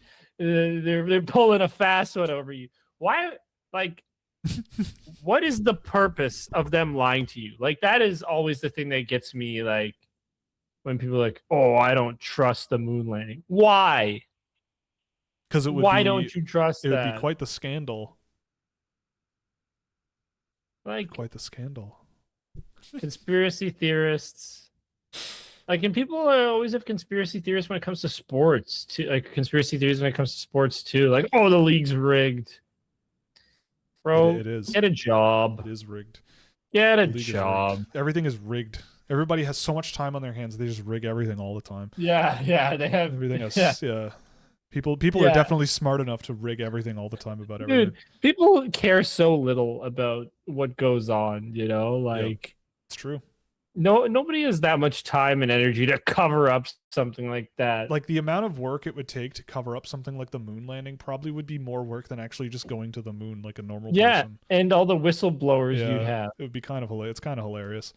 Like, Anyway, don't be a moron. yeah. Trust institutions of like good countries. Yeah. Well, they're remaking Backyard Baseball. Oh, they are. I forgot about that. They should remake Backyard Hockey. I agree. That would be a very fun experience. What's an F tier? What's an S tier chicken dish like specific, and what's an F tier chicken dish? Boiled. I'd say anything boiled. I'd say boiling your chicken is probably F tier. Sous vide is different, but boiling probably not so good. S tier. Honestly, I made a Caribbean roti chicken the other like with chickpeas, and That's good. it was so good, and it is Honestly, awesome and very easy to make. you know what's S tier? That's like maybe people will groan at me, but like chicken wings are S tier. Like, Oh yeah, they're pretty how good. can they not be? Yeah, You know, pretty just classic chicken wings. Yeah, I get it. I love a chicken parm, but I know you No, I'm don't. not a huge chicken parm guy. Like chicken is great because you can do pretty much anything with it, and it's really hard to screw it up. But yeah, no, I mean, also I'm a sucker for just a really well cooked, deboned chicken thigh. You know, like you can do a lot of good work with a good chicken thigh, and My they're cheap. my mom makes breaded, like Oh. breaded baked chicken, There you and go. that is awesome. Yeah, that's good stuff. Hard to screw it up. Yeah. From what's been said, apparently Talkit has. Sorry. From the track data, you asked about the track data. What was it of the 17? Was it 17 categories? Was it? I don't remember. Oh yeah. Which one's your favorite to project the best? Well, Hits, obviously. yeah, hits. It's tricky. I mean, there are a lot more than 17. I have a lot of things that are going on here, but I mean, I always am looking for like the ones that I think are. Can I guess what you think are some of the more valuable ones? Sure. Transition. Like your transition metrics, I think are your like Yes. like not your be all, but like that's It's a the bedrock. stuff you look at and go like, Yep. how successful is this player? Because that is where the majority of the game is played, like moving the puck. That's a big one. Yeah. So I think transitions are important. I think like I think you probably care about your Corsi metrics in terms of like the shots for and the shots against, like when the player's on the ice. But I don't think it's like Not the really most that important much. thing. No. Yeah. I think you care more about how many how many are like their contributions, right? So like if it's an individual like shot attempt or if it's a shot assist, because you do track those things. Like I think that's probably up there. Oh yeah, offensively that matters to me a lot. Like the ability to actually generate offense, like the for yourself percentage and others. The percentage of your teams, like like how much percentage of those shot attempts are yours? Yeah, like I'm looking at Tynan Lawrence right now. It's a 44%, which for a guy who played a bunch in the NCAA is pretty good. The other thing too, I've added this over the last few years is their forechecking data. Like the guys who cause a lot of turnovers in the offensive zone, like that's a huge thing I'm always looking for. That makes sense. Like Zach Benson is a classic one of those. He was a monster in there. And I also agree with totally unbiased Steelheads fan. It totally changes based on the ones that make me look the best. That's absolutely a fact. We need a shirt that says "If it makes me look smart, I agree with it." Yeah, like I know. It's just so many words. Also, you still need to send me the sweater. We still haven't done that. Yes. I want a sweter, man. Okay. Like I'd love to go to work and rep a Scouch sweater. We'll hook you up. Please do. We'll hook you up. You know my address. Yeah. I hope that answers your question. What's been said, Talkit has issues communicating with non-English speakers. Fell out with Pod Colson despite being the type of player he'd like, but who knows?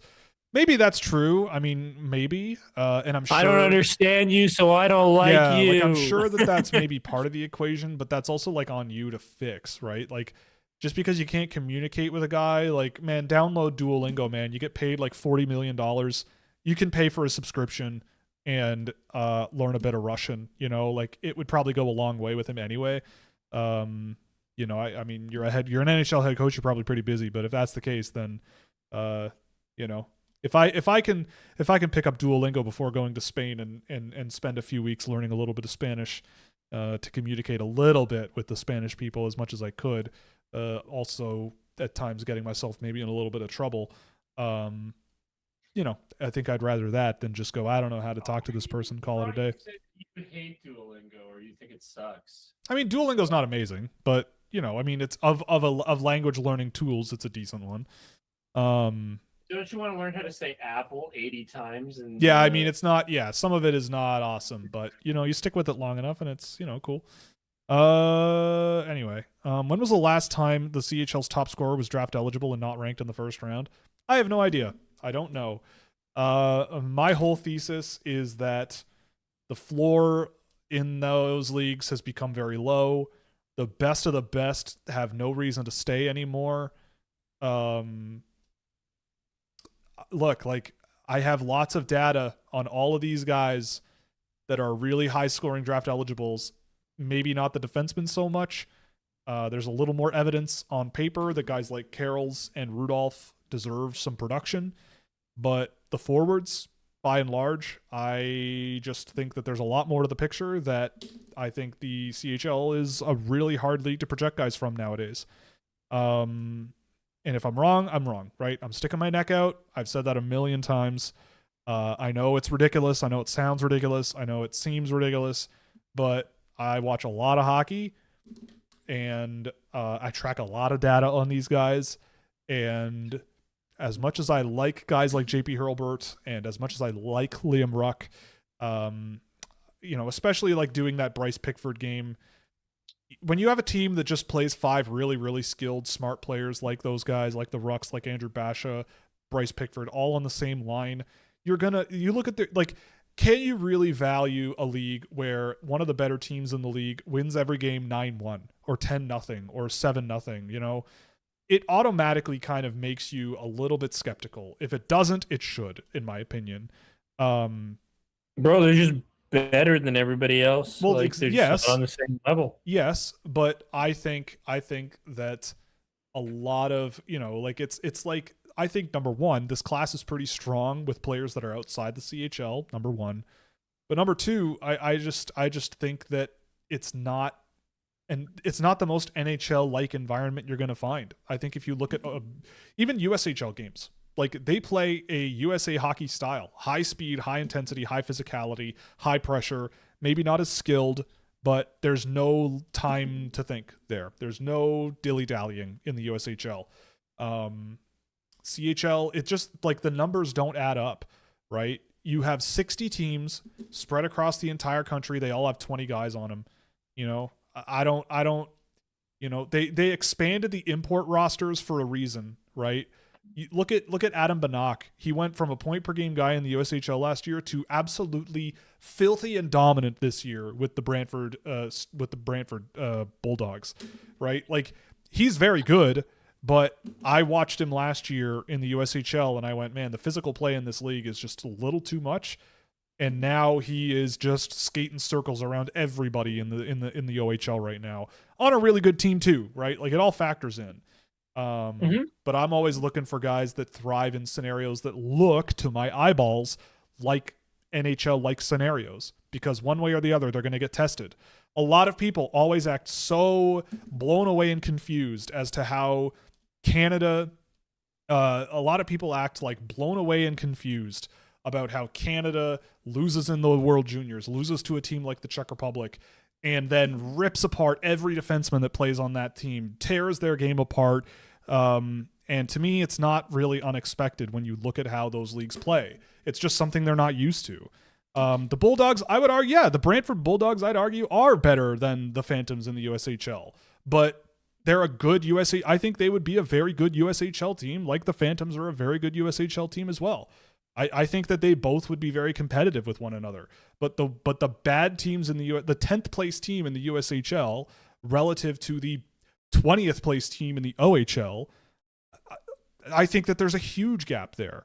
That's the thing is that like the depth, it just doesn't add up, right? It just doesn't make any sense in my head. The numbers, there aren't that many elite Canadian hockey players out there that like you're looking at, like if you run the numbers, 60 teams, 23 people, that's 1,200 players. In the USHL, there's 10 teams, 23 players per team. That's 230 players. So you're telling me that there are 6 times as many, at least 5 times as many elite level Canadian players in Canada than there are in the United States that can make 3 separate competitive leagues across the entire country. I just don't believe that that's true. Canada better. It's as simple as that, Will. Canada better. Yes, exactly, right? Just ignore the gold medal game result, okay? Yeah, we don't talk about that. Connor McFraud. Yeah, we don't talk about that. But I mean, look, I mean, it's not to say that there aren't good Canadian players out there. That's not what I'm saying at all. But I think we're in a transitory period where there's a lot more uncertainty because a lot of really good players went to the NCAA. Like, normally, Gavin McKenna would be in the WHL this year. Normally, Porter Martone would still be in the OHL this year or the NHL.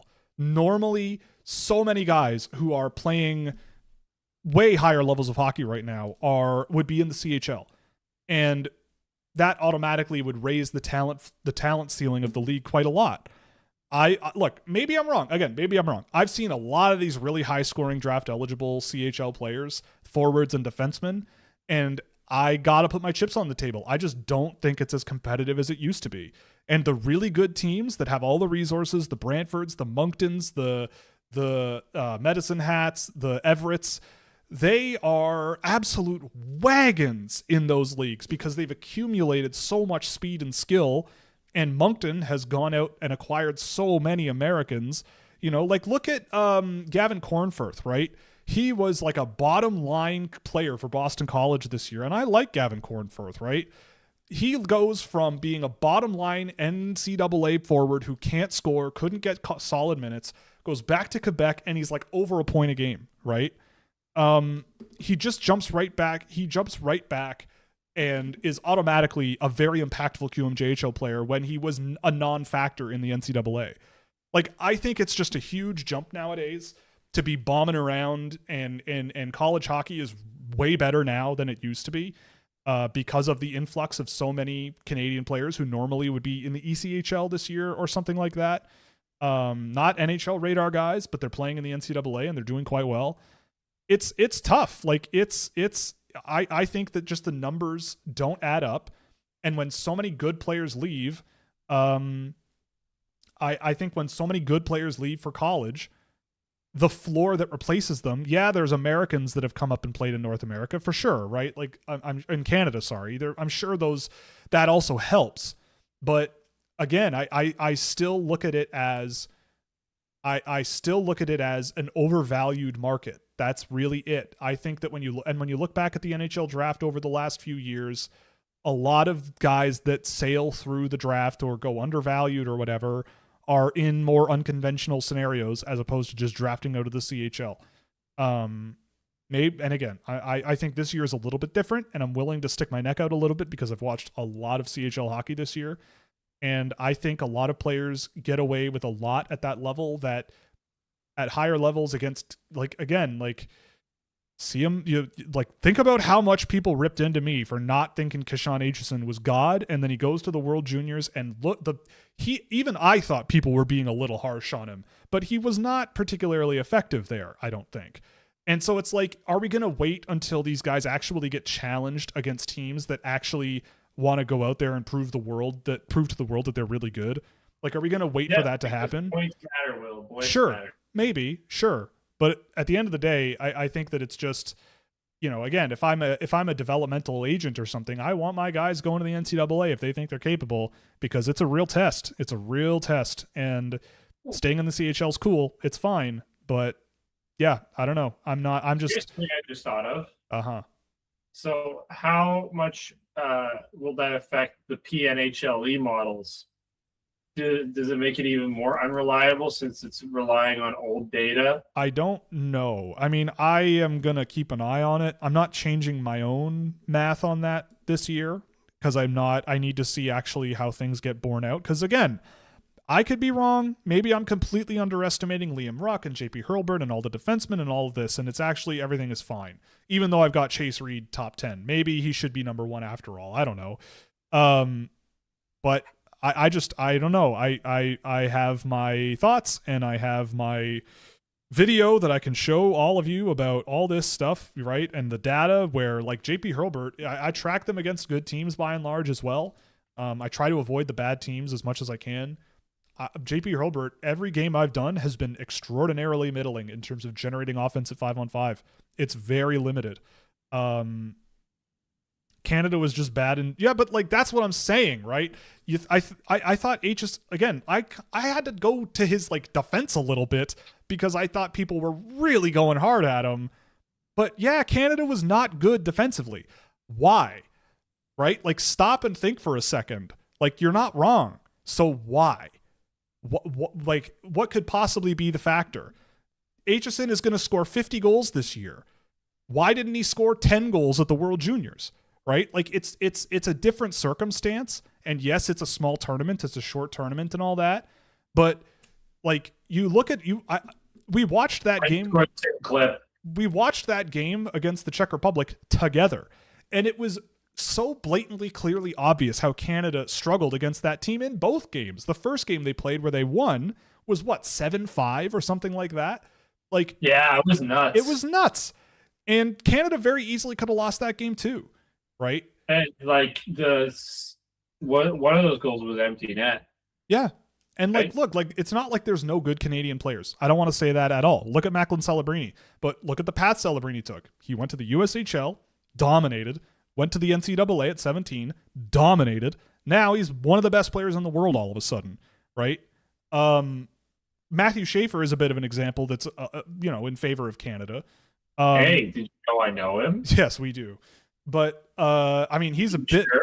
But, like, towards the end of the time... Like, the last few games I saw of him play with Erie last year before he got injured, he was spectacularly good. Like, it was... it would have been weird seeing him in the OHL this year, which if he was born like 2 weeks later, I bet he'd have 130 points this year in the OHL if he played like he did in the NHL this year. Super skeptical. Probably more. Well, I mean, I have Chase Reed top 10, so it's not impossible for these guys to end up high on my list.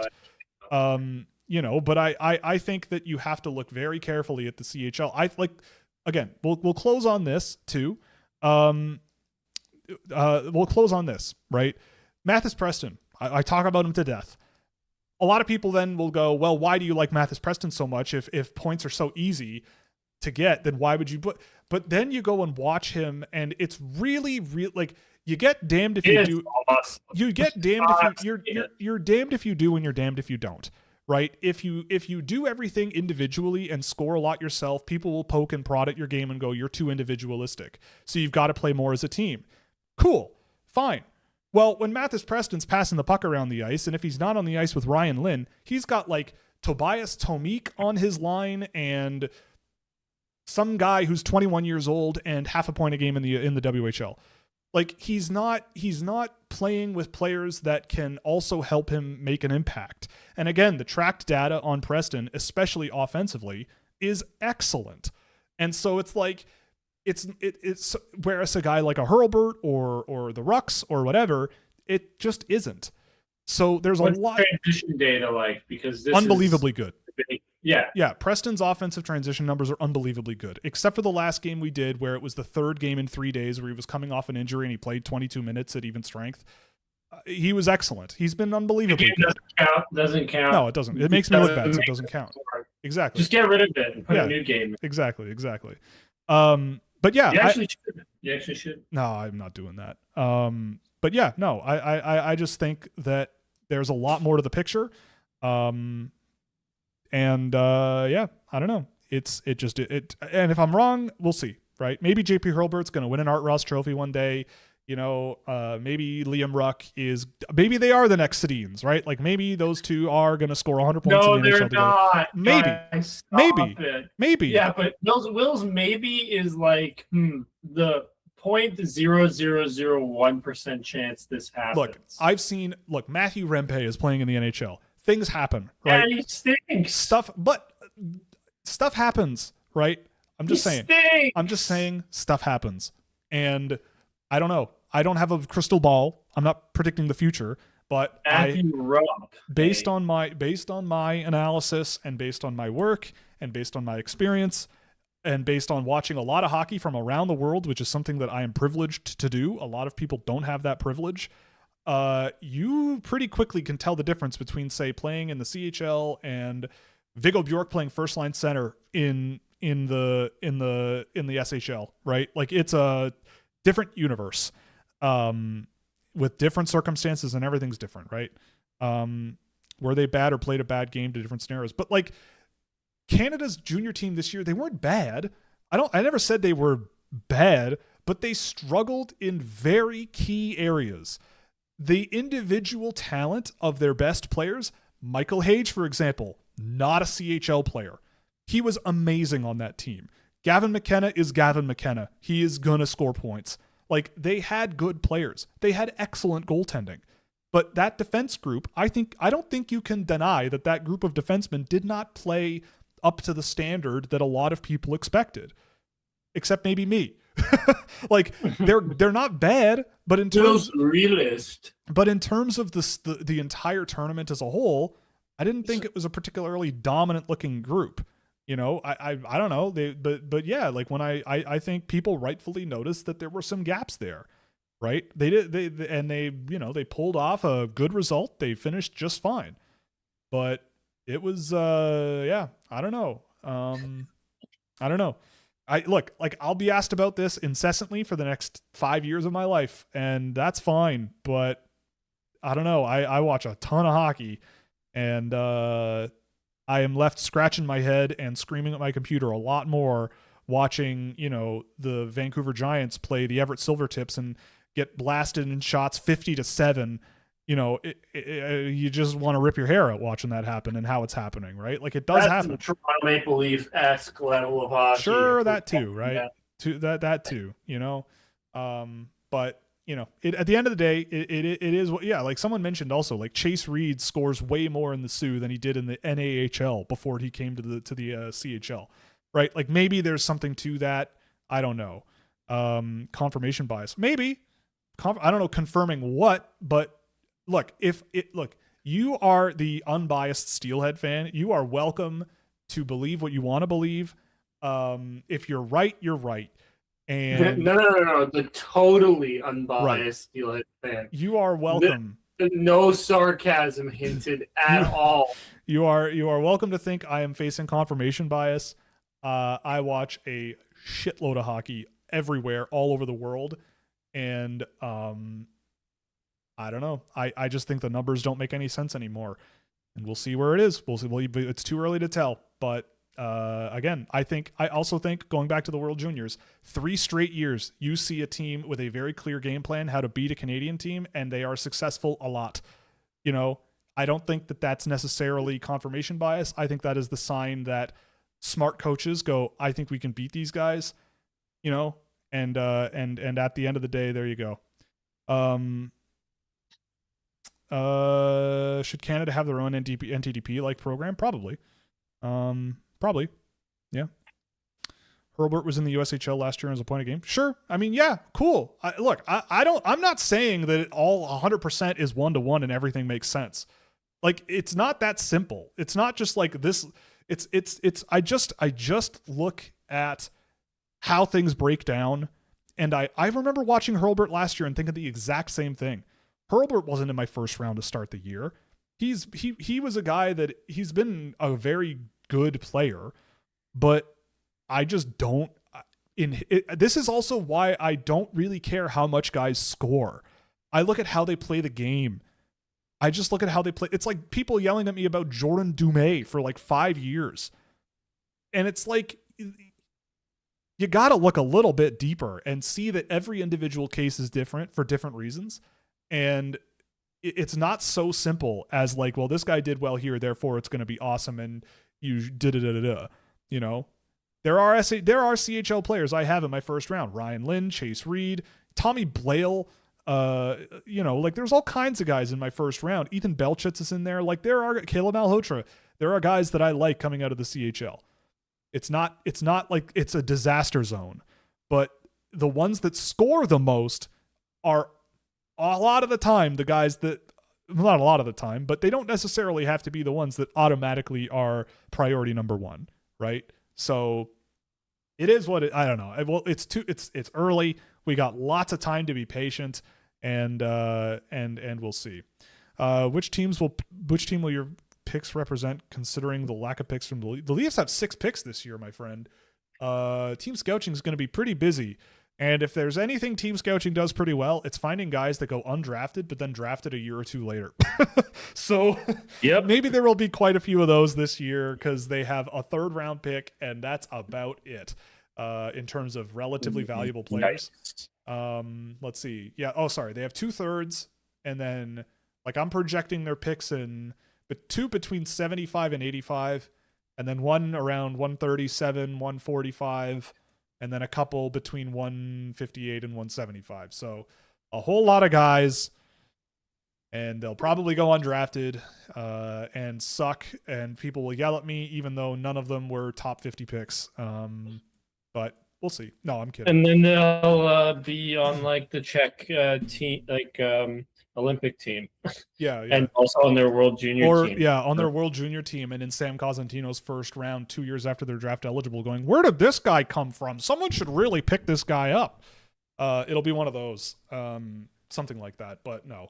Anyway, I got to get out of here. It's almost 10:30. We've been going a long time, but thanks for joining us. This was a big one tonight. It's going to be, I imagine this is going to be the trend for a while.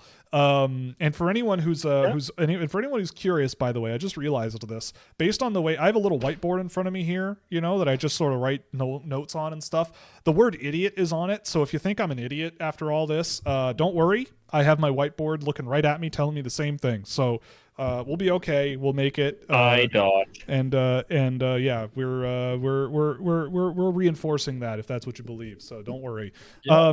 Anyway, we'll be back Thursday afternoon, 2 p.m. Are you going to be here? Yes. All righty. We got a 2-man show Thursday. It's going to be fun. Yep. I'm here. I don't know what we'll do, but no. I'm here to be around. Be general. Yeah. General chicanery. Yeah, general chicanery. I like it. Anyway, thanks very much. We'll see you then Thursday. Again, stay tuned. Last video room comes out Wednesday. Scouching reports probably start filing out next week for subscribers. And yeah, we'll see you then. Stay safe, be well, be kind, all those fun things, or don't, whatever. I mean, I just would prefer you to do one or the other. Don't jaywalk. Don't jaywalk. Jaywalking can be very dangerous, especially if you're on your phone and you think you're God and you can just stop traffic with your hand. You never know. Time stop. Yeah, exactly. So thanks very much. I don't know, AJ, any parting words before we leave? Nothing out of the ordinary, All right. I'm only gonna repeat grievances. 10-9-8-7-6-5-4-3-2-1. Last chance. My finger is touching the button. All right. I'm the best. Okay, bye.